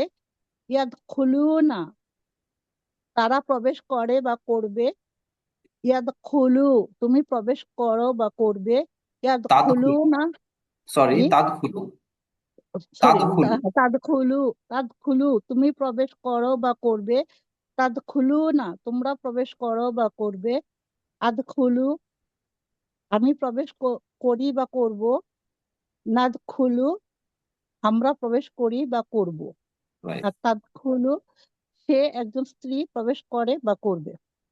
সুন্দর, তারপরে জি, উদখুল, উদখুলুন। জি। আদেশ সূচক শব্দ, আমরা শিরোনামটা হ্যাঁ, বলবো আগে। আদেশ শুধু ফেল ফেল আমর। হ্যাঁ, জি। আদেশ শুধু সূচক শব্দ। আদ খুলু, তুমি প্রবেশ করো। আদ উদখুল, সরি, উদখুলু, উদখুল। তোমরা প্রবেশ। হ্যাঁ, এটা উদ এটা কিন্তু আদখুল উদ না, উদখুল। উদখুল, হ্যাঁ, উদখুল, তুমি প্রবেশ করো। উদখুলু, তোমরা প্রবেশ করো। জি, তারপরে নাহি, ফেল নাহি। লা তাদখুল, তোমরা প্রবেশ করো না, লা তুমি প্রবেশ তাদখুলু, করো না, তুমি প্রবেশ করো না, লা তাদখুলু, তোমরা প্রবেশ করো। তোমরা দাখিল, প্রবেশ করো না, হ্যাঁ, লা তাদখুলু, তোমরা প্রবেশ করো না। রাইট। দাখিল, উম, জি যে অর্থাৎ যে প্রবেশ করে আর কি, দাখিল জি, ওকে নাকি। ওকে হ্যাঁ, ওকে, রাইট। মাদখুলু, প্রবেশকারী। মাদখুলু হলো যেটা দিয়ে প্রবেশ করা হয় নাকি, যেখানে প্রবেশ মাদ করা হয়, জি, কি হবে, যেখানে প্রবেশ করা হয়, যেখানে প্রবেশ করা হয়। আর আহ, দুখুল হবে হলো প্রবেশ করা। রাইট। ও হাত- হাতের নির্দেশটা জি না আহ, বললে বোন, আসলে অভ্যাস হয় না, ইয়ে হয় না, অভ্যাস ইয়ে হয় না। একটু বেশি বেশি প্র্যাকটিস করতে হবে ইনশাল্লাহ। বোন সাইয়েদা মাহবুব আরা বেগম, আপনাকে অসংখ্য ধন্যবাদ। জি, এই পর্যায়ে আমরা সামনে চলে যাচ্ছি। আমি আশা করবো যে আপনারাও প্র্যাকটিস করবেন ইনশাল্লাহ। জি, আর একটা প্র্যাকটিস করে আমরা এবার হরফে ইল্লাতের দিকে চলে যাব। দেখেন, আহ আমরা ক্লাসের শেষের দিকে চলে আসছি, আর 15 মিনিট সময় আছে। জি, আমি প্র্যাকটিস করছি, আপনারা প্র্যাকটিস করবেন। আমরা চেষ্টা করবো নেক্সট ক্লাসে একটু আপনাদেরকে নতুন কাউকে আবার একটু সামনে নিয়ে আসার ইনশাআল্লাহ। আমরা তো লেকচার পিডিএফটা সকালে দিয়ে দিই। সেম প্র্যাকটিস, সেম প্র্যাকটিস, আপনারা অভ্যস্ত হবেন ইনশাআল্লাহ। জি, আহ ইবাদা অর্থ হচ্ছে ইবাদত করা। ওকে, ফেলে মাদি বা অতীতকালীন ক্রিয়া। আবাদা, সে ইবাদত করলো। আবাদু, তারা ইবাদত করলো। আবাদতা, তুমি ইবাদত করলে। আবাদতুম, তোমরা ইবাদত করলে। আবাদতু, আমি ইবাদত করলাম। আবাদনা, আমরা ইবাদত করলাম। আবাদাত, সে ইবাদত করলো, সে একজন স্ত্রী বা সে একজন মহিলা। ওকে, ফেলে মুদরি বর্তমান বা ভবিষ্যৎকালীন ক্রিয়া। ইয়া আবুদু, সে ইবাদত করে। ইয়া আবুদুনা, তারা ইবাদত করে। তা আবুদু, তুমি ইবাদত করো। তা আবুদুনা, তোমরা ইবাদত করো। আবুদু, আমি ইবাদত করি। না আবুদু, আমরা ইবাদত করি। তা আবুদু, সে ইবাদত করে, সে একজন স্ত্রী। দেখেন, আমরা এই যে না আবুদু পড়ছি, তাই না? আমরা সূরা আল ফাতিহাতে পড়েছিলাম ইয়াকা না আবুদু, আমরা ইবাদত করি, তাই না? এবং সেখানে আমরা বলেছিলাম যে নুন থাকলে আমরা। আজকে মনে হয় আপনাদের কাছে নিশ্চয়ই এটা ক্লিয়ার হচ্ছে যে কেন না আবুদু অর্থ আমরা ইবাদত করি। কেউ যদি এসে আপনাকে বলে যে না আবুদু অর্থ তুমি ইবাদত করো, আমি নিশ্চিত যে আপনি এখন ভুলটা ধরে ফেলতে পারবেন। ইভেন কোনো বইতে এটা থাকলেও আপনি ভুলটা ধরে ফেলতে পারবেন। ওকে, জি, ফেল আমল বা আদেশসূচক ক্রিয়া। ও অবুদ, তুমি ইবাদত করো। ও অবুদু, তোমরা ইবাদত করো। ফেলে নাহি বা নিষেধসূচক ক্রিয়া। লা তা'বুদ, তুমি ইবাদত করো না। লা তা'বুদু, তোমরা ইবাদত করো না। আবিদুন, যিনি ইবাদত করেন। দেখেন, আমরা এই শব্দটা বলি আবেদ, হ্যাঁ, আবেদ। আবিদুন, যিনি ইবাদত করেন। মাবুদুন, যার ইবাদত করা হয়। মাবুদুন, যার ইবাদত করা হয়। ইবাদা, ইবাদত, ইবাদত করা। ওকে, জি, আলহামদুলিল্লাহ। সম্মানিত ভাই এবং বোনেরা, এই পর্যায়ে আমরা দুর্বল অক্ষর নিয়ে আমরা গতদিন বলেছিলাম, আজকে ঠিক আহ, নতুন কিছু উদাহরণ আমরা নাসরা ইয়ানসুরু থেকে দেখব। ওকে, আর আমরা বলেছিলাম যে দুর্বল অক্ষর সমূহ হচ্ছে আলিফ, ওয়া, ইয়া। এই বর্ণগুলো যখন কোনো একটি শব্দের মধ্যে থাকে তখন উচ্চারণের কাঠিন্যতা তৈরি হয়। সহজ করার জন্য, সহজ করার জন্য এরা কখনো কখনো পরিবর্তন হয়ে যায়। দেখা যাচ্ছে আলিফের পরিবর্তে ওয়া বা ইয়া চলে আসছে, ওয়া এর পরিবর্তে আলিফ বা ইয়া হয়ে যাচ্ছে, অথবা ইয়া এর পরিবর্তে আলিফ অথবা ওয়া হয়ে যাচ্ছে। অর্থাৎ নিজেরা সুবিধাজনক উচ্চারণের জন্য একে অপরকে স্থানান্তর করে। ওকে, এরকম একটা প্র্যাকটিস হচ্ছে। দেখেন, কওলুন অর্থ হচ্ছে বলা, এবং কোরআনে এটা খুব বহুল ব্যবহৃত একটা শব্দ, রাইট? ও 1719 বার এসেছে।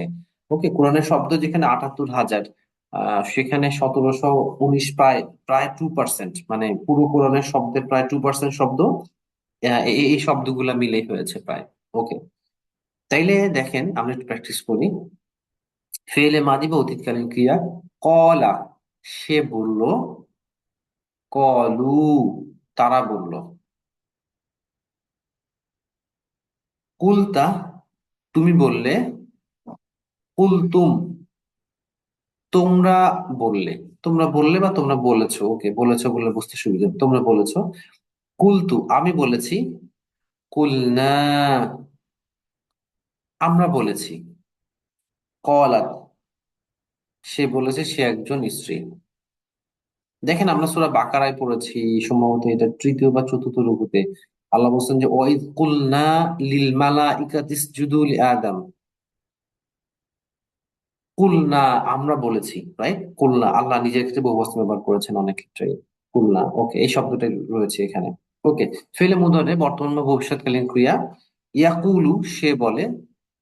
ইয়াকুলুনা, তারা বলে। তাকুলু, তোমরা বল, তুমি বলো। তাকুলুনা, তোমরা বলো। আকুলু, আমি বলি। নাকুলু, আমরা বলি।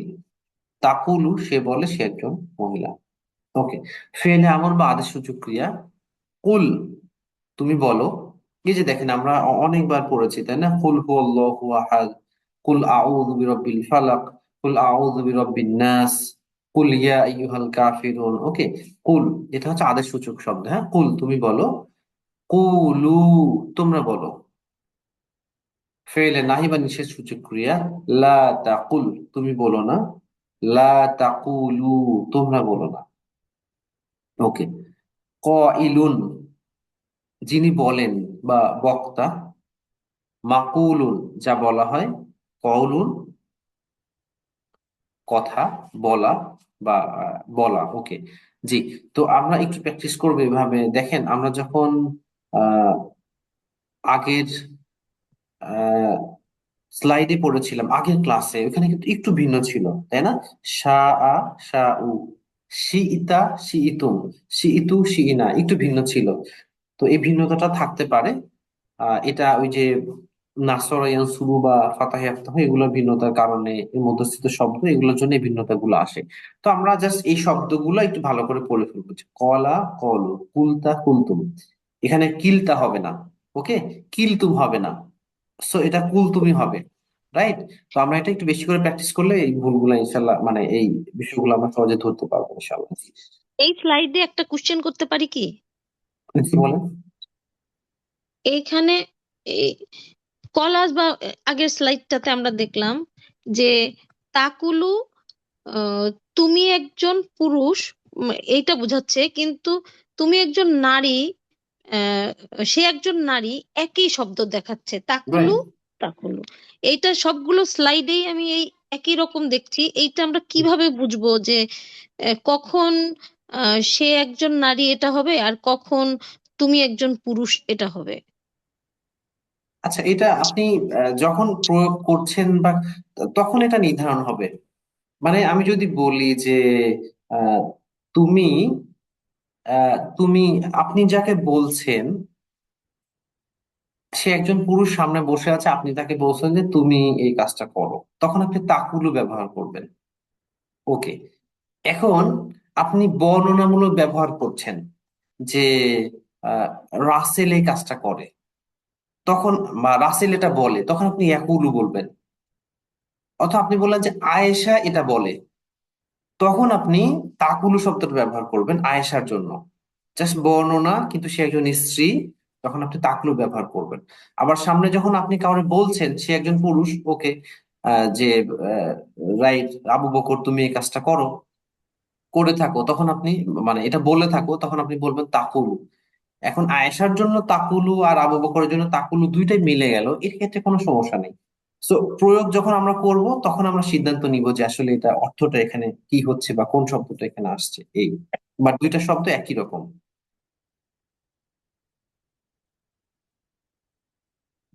জি, জি, বলুন। আসসালামু আলাইকুম। ওয়ালাইকুম আসসালাম। এখানে আমার একটা কোশ্চেন হলো যে এখানে যে আমর বাক্যগুলা আছে জি। আজকের গুলোতে, এখানে যে আমরের প্রথমটাতে মানে আহ তুমি করো বা তুমি কাজটি করো, এরকম হলে এখানে পেশ দিয়ে করা হচ্ছে, কিন্তু আমরা বিগত আগের ক্লাসগুলাতে উম মানে হামজা জের দিয়ে পড়েছিলাম, যেমন ওকে, ইফ আল। হ্যাঁ, জি। এখানে আবার আমি আমি বুঝতে ইজ পেরেছি আপনার আলি ফাল বিষয়টা। এরকম। তো এখানে যে পেজ দিয়ে হচ্ছে, তো তাহলে কি এটা কি আমাদের এরকম মুখস্থ করতে হবে যে এগুলো পেজ দিয়ে হবে এই শব্দগুলো, নাকি এটার কোনো নিয়ম আছে? জি, নিয়ম আছে, আমরা এটা ক্লাস শেষে আশা করি আলাপ করবো ইনশাল্লাহ। আমি অন্যদিন আলাপ করতে চেয়েছিলাম, যেহেতু আপনি প্রসঙ্গ তুলেছেন, আমরা আজকে আলাপ করবো ইনশাল্লাহ। আমরা আগে ক্লাসটা একটু শেষ করি। ধন্যবাদ বোন, আমরা একটু সামনে যাই। এখন আসেন, আমরা আরেকটা প্র্যাকটিস করব ঠিক একই রকম কলার মতোই। আরেকটা শব্দ, কিয়ামা। কিয়ামা মানে হচ্ছে দাঁড়ানো। কিয়াম মানে হচ্ছে দাঁড়ানো, কিয়াম।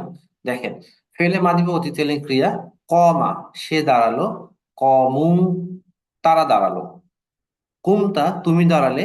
কুমতুম, তোমরা দাঁড়ালে। কুমতু, আমি দাঁড়ালাম। কুমনা, আমরা দাঁড়ালাম। কমাত, সে দাঁড়ালো, সে একজন স্ত্রী। দেখেন, আমরা আজকে ইকামতের সময় এই শব্দটাই পেয়েছি। কমাত, সে দাঁড়ালো, সে একজন স্ত্রী। আশা করি এখন আপনার জন্য বুঝতে একটু সহজ হবে ইনশাআল্লাহ। জি, ফেলে মুদরে বর্তমান বা ভবিষ্যৎকালীন ক্রিয়া। ইয়াকুমু, সে দাঁড়ায়। ইয়াকুমুনা, তারা দাঁড়ায়। তাকুমু, তুমি দাঁড়াও। তাকুমুনা, তোমরা দাঁড়াও। আকুমু, আমি দাঁড়াই। নাকুমু, আমরা দাঁড়াই। তাকুমু, সে দাঁড়ায়, সে একজন মহিলা। ওকে। ফেলে আমর বা আদেশসূচক ক্রিয়া। কুম, তুমি দাঁড়াও। কুমু, তোমরা দাঁড়াও। আচ্ছা, সম্মানিত ভাই এবং বোনেরা, প্রসঙ্গত আরবিতে একটা যে ব্যবহার দেখা যায়, এই যে ধরেন কুম, এখানে মিমের উপর সাকিন, কুম মানে তুমি দাঁড়াও। ওকে, বাট আমরা যখন মিলিয়ে পড়বো তখন এই সাকিনটাকে জের দিয়ে মিলিয়ে পড়া হয়। ঠিক এর আগে আমরা দেখেছি একটা শব্দ কমাত। কমাত সাকিন, বাট মিলিয়ে পড়ার সময় কমাতিস সলা পড়েছি, রাইট? এখানে কুম মানে দাঁড়ানো, বাট আমরা যখন মিলিয়ে পড়বো তখন কিন্তু এটা জের দিয়ে পড়ে যাওয়া হয়। আপনারা কি একটু বলতে পারবেন যে এটা কুম শব্দটা কোন সূরাতে আছে? কাফিরুন হ্যাঁ, ওয়াকুমু লিল্লাহি কানিতিন। কুমু লিল্লাহি কনিতিন, রাইট। এখানে কুমুর বহুবচন ব্যবহার করা হয়েছে। ধন্যবাদ আপনাকে। আমি একটু জানতে চাচ্ছি, কুম শব্দটা জাস্ট এক বচন, এটা কোথায় আছে? এটা হলো কাফিরুন, সূরা কাফিরুন। ওয়ালতাকুম মিনকুম। ওয়ালতাকুম বন, এখানে আসলে অন্য একটা বিষয়, ঠিক ওইটা না। আচ্ছা দেখেন আমি খুঁজে পাই কিনা। ওয়ালতাকুম হচ্ছে ওইটা আরেকটা শব্দ। দেখেন, আমরা এসেছি সূরা মুজাম্মিল, রাইট? কুমিলাল লাইলি ইল্লা কলিল। Right, right, right. সূরা মুজাম্মিলে দেখেন, আল্লাহ রাসূল সাল্লাল্লাহু আলাইহি ওয়াসাল্লাম যখন বস্ত্রাবৃত মানে কম্বলাবৃত হয়ে গেলেন, তো আল্লাহ তাকে ডেকে বললেন, এটা কোরআন নাজিল হওয়া শুরুর সূরাগুলোর একটা, কুমিল লাইলা, তুমি রাতে দাঁড়াও। ইল্লা কলিলা, সামান্য অংশ ছাড়া। এই যে কুমিল লাইলা, দেখেন, কুম মূলত শব্দটা ছিল কুম, ঠিক আমরা এখন যে শব্দটা পড়ছি কুম, তুমি দাঁড়াও। বাট এটা যখন আমি মিলায়া পড়বো তখন এটাকে জের দিয়ে পড়া হয়েছে। এই জন্য আমরা যখন এরকম শব্দ খুঁজে পাবো, তো যখন আলাদা করে ফেলবো তখন আমি জেরটাকে উঠায়া সাকিন করে ফেলবো। ওকে, কুম, রাইট। আচ্ছা, আমরা চলে আসি এখানে। তাহলে কুম অর্থ হচ্ছে তুমি দাঁড়াও। আর এটার বহুবচন হচ্ছে কুমু, তোমরা দাঁড়াও, যেটা আমরা একজন বোন বলছিলাম সালাতে দাঁড়ানোর বিষয়ে বলা হয়েছে। কুমু লিল্লাহি কানিতিন, তোমরা আল্লাহর সামনে অত্যন্ত বিনয়ী হয়ে দাঁড়াও। ওকে। ফেলে নাহি বা নিষেধ সূচক শব্দ। লা তাকুম, তুমি দাঁড়াবে না। লা তাকুমু, তোমরা দাঁড়াবে না। ক ইমুন, যিনি দাঁড়ান, যে ব্যক্তি দাঁড়ায়। মাকামুন, যেখানে দাঁড়ানো হয়। আপনি কি মনে করতে পারেন এটা কোথায় আছে? মাকামে ইব্রাহিম, রাইট? মাকামে ইব্রাহিম। আহ আল্লাহ বলছেন কোরআনে যে তোমরা মাকামে ইব্রাহিমকে নামাজের জন্য, আহ আমি আজকে ঠিক এই মুহূর্তে বলে সূরা যাচ্ছি, বাকারা। মুসল্লা। মুসল্লা, রাইট। সূরা বাকারাতে মাকামে ইব্রাহিমকে তোমরা মুসল্লা হিসেবে গ্রহণ করো। ওকে, নামাজের মশলা হিসেবে। রাইট। তো মাকাম অর্থ হচ্ছে যেখানে দাঁড়ানো হয়, আর কিয়াম অর্থ হচ্ছে দাঁড়ানো। আমরা এটা বেশি করে প্র্যাকটিস করবো ইনশাল্লাহ। আমরা আজকের ক্লাসের শেষের দিকে চলে আসছি। একটা ইন্টারেস্টিং বিষয় আমরা দেখবো, এটা কোরআনে অসংখ্যবার ব্যবহার হয়েছে। অতীতকালীন অভ্যস্ততা বলতে কি বোঝায়? অতীতকালীন অভ্যস্ততা ব্যাপারটা এমন যে, ধরেন আমরা ইংরেজিতে ইউজ টু ডু বলি, যে আমরা we use to play football. আমরা ফুটবল খেলায় অভ্যস্ত ছিলাম বা প্রায় ফুটবল খেলতাম। আরবিতে এই ধরনের বর্ণনা, এবং এটা কোরআনে আহ, অনেকবার আসছে, এটা আপনারা পাবেন। সেটা হচ্ছে আহ অতীতকালীন অভ্যস্ততা বোঝানোর একটা ফর্ম রয়েছে। সেটা কি? দেখেন এখানে দুইটা শব্দ পাশাপাশি আসবে। একটা হচ্ছে কানা ইয়াকুনু, কানা ইয়াকুনু, এটা আসবে। দেখেন আমরা এটা একটু প্র্যাকটিস করে আসি, বরং সুবিধা হবে। আগে দেখেন এই যে কলা ইয়াকুলুর মতোই কানা ইয়াকুনু, দেখেন ফেলে মাদি বা অতীতকালীন ক্রিয়া, এটা আমরা একটু প্র্যাকটিস করে ওখানে আসি, এটা আমাদের বুঝতে সুবিধা হবে। দেখেন ফেলে মাদি বা অতীতকালীন ক্রিয়া, কানা সে ছিল, কানু আহ তারা ছিল, কুন্তা আচ্ছা তারা হয়েছিল, কুন্তা তুমি হয়েছিলে, কুন্তুম তোমরা হয়েছিলে, ওকে, কুন্তু আমি হয়েছিলাম, কুন্না আমরা হয়েছিলাম, কানাত সে হয়েছিল, ওকে। ফেল মুদরে বা বর্তমানকালীন ক্রিয়া ইয়াকুনু সে হয়, ইয়াকুনুনা তারা হয়, তাকুনু তুমি হও, তাকুনুনা তোমরা হও, আকুনু আমি হই, নাকুনু আমরা হই, তাকুনু সে হয়, সে একজন স্ত্রী, ওকে। ফেলে আমর বা আদেশ সূচক ক্রিয়া কুন তুমি হও। দেখেন এটা আমরা করেছি কোথায়? আল্লাহ বলছেন যে কুন ফায়াকুন, রাইট? যখন কোনো সূরা কিছু করার ইয়াসিন। ইচ্ছা পোষণ করেন তখন বলেন কুন হও। এই যে এই শব্দটা আমরা বলি কুন হও। আচ্ছা স্ত্রী বহুবচন হচ্ছে কুনু তোমরা হও। ফেলে নাহি বা নিষেধ সূচক ক্রিয়া লা তাকুন তুমি হইও না, লা তাকুনু তোমরা হও না, কাইদুন যিনি হন, ওকে। আর এটা কাউন মানে হওয়া, ওকে। তো এখন এই যে প্র্যাকটিসটা দেখেন, এটা কোরআন অনেকবার আসছে, হ্যাঁ 1361 বার আসছে। তো এবার আমরা অতীতকালীন অভ্যস্ততাটা কিভাবে করব দেখেন। এটা হচ্ছে ফেলে মুদরের যে শব্দটা ইয়া আমালু, ইয়া আমালু না, এটা জাস্ট ইয়া আমালু উদাহরণ দেওয়া হয়েছে, এটা যে কোনো কিছু হইতে পারে। ইয়া আমালু সে আমল করে, ইয়া আমালু না তারা আমল করে। এখন এর আগে যখন আমি কানা যুক্ত করব, দেখেন কানা এর যে 6টা ফর্ম, এটা অতীতের এই 6টা ফর্ম প্লাস বর্তমান কালের 6টা ফর্ম, এটা যখন পরস্পর পাশাপাশি আসবে তখন সেটা অভ্যস্ততা বোঝাবে। দেখেন কানা ইয়া আমালু সে আমল করত, দুইটা এক বচন, এবার দুইটা বহুবচন হয়ে যাবে। কানু ইয়া আমালুনা তারা আমল করত। কুনতা তুমি আমল, কুনতা তা আমালু তুমি আমল করতে, কুনতুম তা আমালুনা তোমরা আমল করতে। সরি, দেখেন দুইটা একসাথে চেঞ্জ হচ্ছে। কুনতু আমালু আমি আমল করতাম, কুন্না না আমালু আমরা আমল করতাম। আপনি কোরআনে অনেক জায়গাতে দেখবেন এই বর্ণনাটা পাবেন। জি, সম্মানিত ভাই এবং বোনেরা, আমরা ক্লাসের একদমই প্রায় শেষের দিকে চলে আসছি। এখানে একটা বিষয় বলা হচ্ছে যে কানা শব্দটা যখন হয় অর্থ আসবে, হয় অর্থ আসবে, এটা শুধুমাত্র আল্লাহর ক্ষেত্রে ব্যবহৃত হয়। ওয়া কানাল্লাহু আলিমান হাকিমা, আল্লাহ হন জ্ঞানী ও প্রজ্ঞাময়। আর অন্যদের ক্ষেত্রে আমরা কানা আসলে ছিল ব্যবহার করব, ওকে, কানা ছিল। জি। এরপর দা যে একটা প্র্যাকটিস আছে, এটা খুব কাছাকাছি প্র্যাকটিস, আমরা খুব রিপিট করছি না, আমরা একটু রিকোয়েস্ট করবো আপনাদের করে নেওয়ার জন্য। জি। শিক্ষণ টিপস শেখার জন্য আমাদের একটা ভালো পরিবেশ দরকার। এই পরিবেশের জন্য আমরা কি করতে পারি? এটা হচ্ছে বাড়িতে বা অফিসে আমরা একটু পোস্টার করতে পারি, হ্যাঁ, কিছু একটা বড় কাগজে আমরা এই যে কিছু যে বিষয়গুলো শিখছি, কিছু শব্দ বা কিছু ব্যাকরণ বা কিছু লিখে টানায় দিতে পারি, ওকে। এরপরে আমাদের মোবাইলে লেকচার পিডিএফটা রাখতে পারি, সুযোগ পাইলে আমরা পড়বো। আপনার অডিও বা ভিডিও প্লেয়ারে রেকর্ডিং, ওকে, আমরা রেকর্ডিং গুলো সুযোগ করে শুনবো একটু। এরপরে আপনার কম্পিউটারে ভিডিও থাকবে, এই যে রেকর্ডিং গুলো থাকবে, এটা আমরা একটু দেখবো, সুযোগ করে দেখবো। আপনার টেবিলে প্রিন্ট কপি বা পাঠ্য বই থাকবে, ওকে। প্রিন্ট কপিটা একবার দিয়েছি, আর একবার আমি হয়তো বা আজকে রাতে বা কালকে সকালে আপনাদেরকে আবার দিয়ে দেবো ইনশাল্লাহ। এটা বেশ আপনাদের পরামর্শের আলোকে এই যে ফালা, নাসরা, এভাবে আমরা 21টা ফর্ম 5টা শব্দের জন্য দিয়ে দিয়েছি। এটা সব সুবিধা হবে ইনশাল্লাহ আপনাদের জন্য। আমি রাতে বা সকালে এটা পাবলিশ করবো ইনশাল্লাহ আবার। এরপরে হোয়াইট বোর্ড বা ব্ল্যাক বোর্ড, যেটাতে আয়াত লিখে রাখবেন, এটা করতে পারেন। আপনার বাসায় হচ্ছে একটা বোর্ড থাকবে, ছোট 3 ফিট বা 2 ফিট কাইন্ড অফ ছোট বোর্ড থাকতে পারে, এক পাশে থাকলো, এক সপ্তাহে একটা আয়াত থাকলো, এটা পড়লেন লিখলেন, পড়লেন থাকলো, আবার মুছে অন্য একটা, এই প্র্যাকটিসে যাইতে পারেন। এরপরে আপনার বন্ধু সঙ্গী বা পরিবারের সদস্যদের নিয়ে দল গঠন করে অনুশীলন করুন। সো এইভাবে আমরা চেষ্টা করবো ইনশাল্লাহ আমাদের পড়ার পরিবেশ তৈরি করার জন্য এবং পড়াটা কন্টিনিউ রাখতে। আজকের ক্লাসে আমরা যে শব্দগুলো পড়লাম এর মধ্যে রয়েছে আকবারু বড়, শাহিদুন সাক্ষী, রাসূলুন রসুল বা বার্তাবাহক, সলাত, সালাত বা নামাজ, কমা দাঁড়ানো, আবাদা ইবাদত করা। এখানে আমি জাস্ট আবাদা মানে আমরা পড়েছি সে ইবাদত করলো, এভাবে প্র্যাকটিস করেছি, বাট আমরা জাস্ট মূল অর্থটা এখানে এনেছি।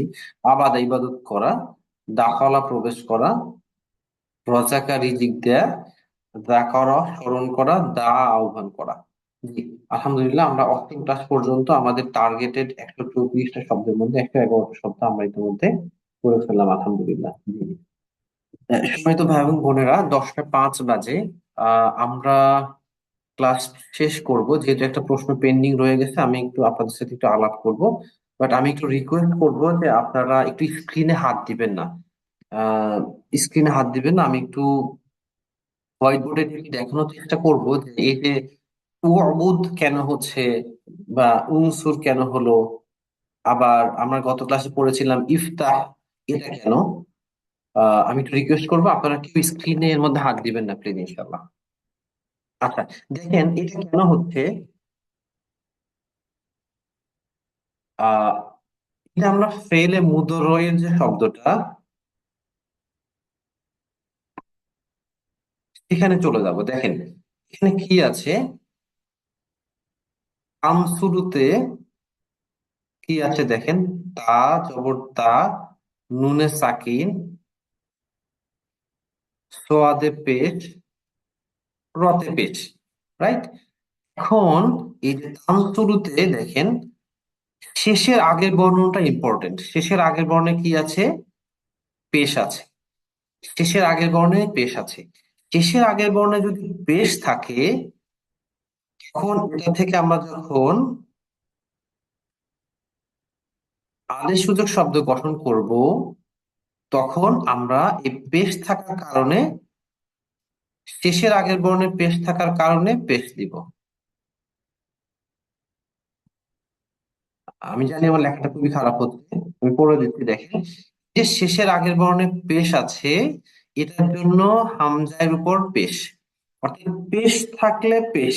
ওকে, আমরা এটা মাথায় রাখবো যে তানসুরু যে শব্দটা, এটাতে তানসুরু মানে তাফআলু, শেষের আগের বর্ণে পেশ থাকলে পেশ। ওকে, এতটুকু মাথায় রাখেন, পেশ থাকলে পেশ। এবার দেখেন আহ এরপরে হচ্ছে যে আফতাহু, আমরা পড়েছিলাম।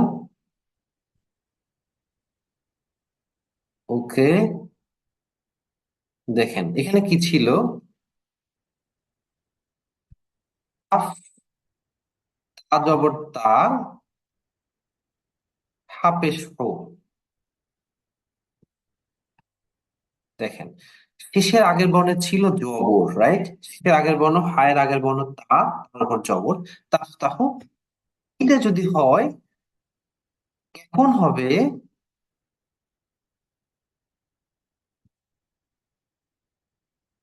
তখন হবে দেখেন হামজা, দেখেন ইফতাহ। অর্থাৎ শেষের আগের বর্ণ, সরি কি আমাকে ডিস্টার্ব করে ফেললেন একটু, কেউ স্ক্রিনে হাত দিবেন না মেহরবানি করে। ইফতাহ, শেষের আগের বর্ণে যদি জবর থাকে তাইলে জের। ওকে, জবর থাকলে জের। এই জন্য আমরা তাজ আলুর জায়গাতে যখন আমি আমর পড়তে গেছি তখন বলছি ইজাল। ওকে, ইজাল, অর্থাৎ জবর থাকলে জের, জবর থাকলে জের, পেশ থাকলে পেশ, জবর থাকলে জের। ওকে, জবর থাকলে কিন্তু জবর না, এটা আমরা মাথায় রাখবো। আর একটা আছে, আমরা নেক্সট ক্লাসে পড়বো, সেটা হচ্ছে জের থাকলে জের। ওকে, যেমন ইদরিব, সেখানে আমরা পড়বো তাদরিবু, মানে তুমি প্রহার করো, এখান থেকে আসবে ইদরিব। ওকে, তাইলে আমরা যদি সামারি করি ব্যাপারটা কেমন দাঁড়াবে দেখেন। এটা হচ্ছে ফেলে মুদরের ক্ষেত্রে পেশ থাকলে, আমরের ক্ষেত্রে হামজার উপর পেশ। ওকে, পেশ থাকলে পেশ, আর যদি জের থাকে তাহলে হামজার নিচে জের, আর যদি জবর থাকে তাহলে হামজার নিচে জের। ওকে, আমি একটু আবার রিপিট করছি, পেশ থাকলে পেশ। ওকে, জের থাকলে জের, আর জবর থাকলেও জের। এটা আমরা মাথায় রাখবো। তাহলে যখন আমরা এরকম শব্দ মিলানো আছে আমরা আলাদা করে পড়তে যাব, সো আমরা এটা দেখবো যে শেষের আগের বর্ণে কি আছে। যদি পেশ থাকে পেশ দিয়ে পড়ে যাবো, জের থাকলে জের দিয়ে পড়বো, আর আহ হচ্ছে জবর থাকলে জের দিয়ে পড়বো। জি জি, তো ভাই এবং বোনেরা, আমি একটু শেষ করছি ভাইয়া, আপনাদের। জি জি, আমি একটা আপনাদের। বলতে চাচ্ছিলাম। জি, আলহামদুলিল্লাহ, আল্লাহ শুকরিয়া আদায় করছি যে আমরা আজকের ক্লাসের শেষের দিকে চলে আসছি। আজকে আমরা অষ্টম ক্লাস শেষ করলাম। আজকে ক্লাস শেষে আপনাদেরকে যে হোমওয়ার্ক দেওয়া হবে সেটা 8 নম্বর হোমওয়ার্ক। খুবই খুবই সিম্পল, 2টা স্লাইড জাস্ট প্র্যাকটিস করে বলা বা লিখে পাঠানো। সেকেন্ডলি, আমাদের 7 এবং 8 নম্বর ক্লাসের উপর ভিত্তি করে একটি কুইজ হবে, চতুর্থ কুইজ, যেটা প্রশ্ন আজকে দিয়ে দেওয়া হবে ইনশাল্লাহ। আপনারা পরবর্তী দিনের যে ক্লাস, অর্থাৎ আগামী রবিবার ইনশাল্লাহ 8:30 এর আগেই আপনারা কোনো এক সময় কুইজটি সাবমিট করবেন ইনশাল্লাহ। আর এরপরে আমাদের 9টি ক্লাস শেষে এরপরে আমাদের 9টি ক্লাস শেষে, অর্থাৎ নেক্সট ক্লাস যেদিন আমরা করব আগামী রবিবার ইনশাল্লাহ, এরপরে মোট প্রথম থেকে 9 পর্যন্ত 9টি ক্লাসের সিলেবাসে 20 মার্কের আরেকটি কুইজ হবে। ওকে, নবম ক্লাসের পর আমরা এটা দিয়ে দিব ইনশাল্লাহ। সো টোটাল আমাদের 4টা কুইজ হবে। অলরেডি যে কুইজ 3টা হয়ে গেছে, আজকে একটা হবে 4টা, 4টাতে 50 করে 200 মার্ক, এবং আহ এরপরে চূড়ান্ত কুইজে, চূড়ান্ত বলতে ওটা একটা ফাইনাল কুইজ, বাট মার্কিংটা আমরা একসাথে করবো। টোটাল 300 মার্কের মধ্যে আপনাদের স্কোরিংটা হবে ইনশাল্লাহ। তো এর মধ্যে থেকে আমরা বেস্ট কিছু জনকে কিছু আহ, বই গিফট করবো ইনশাল্লাহ। জি, আশা করি আপনারা কোর্সের শেষ পর্যন্ত সাথে লেগে থাকবেন ইনশাল্লাহ। পরবর্তী ক্লাসের জন্য প্রস্তুত হন, হাল ছেড়ে দিবেন না। সুবহানাল্লাহি ওয়া বিহামদিহি, সুবহানাকাল্লাহুম্মা ওয়া বিহামদিকা, নাশহাদু আল্লা ইলাহা ইল্লা আনতা, নাস্তাগফিরুকা ওয়া নাতুবু ইলাইক। আসসালামু আলাইকুম ওয়া রাহমাতুল্লাহি ওয়া বারাকাতুহু।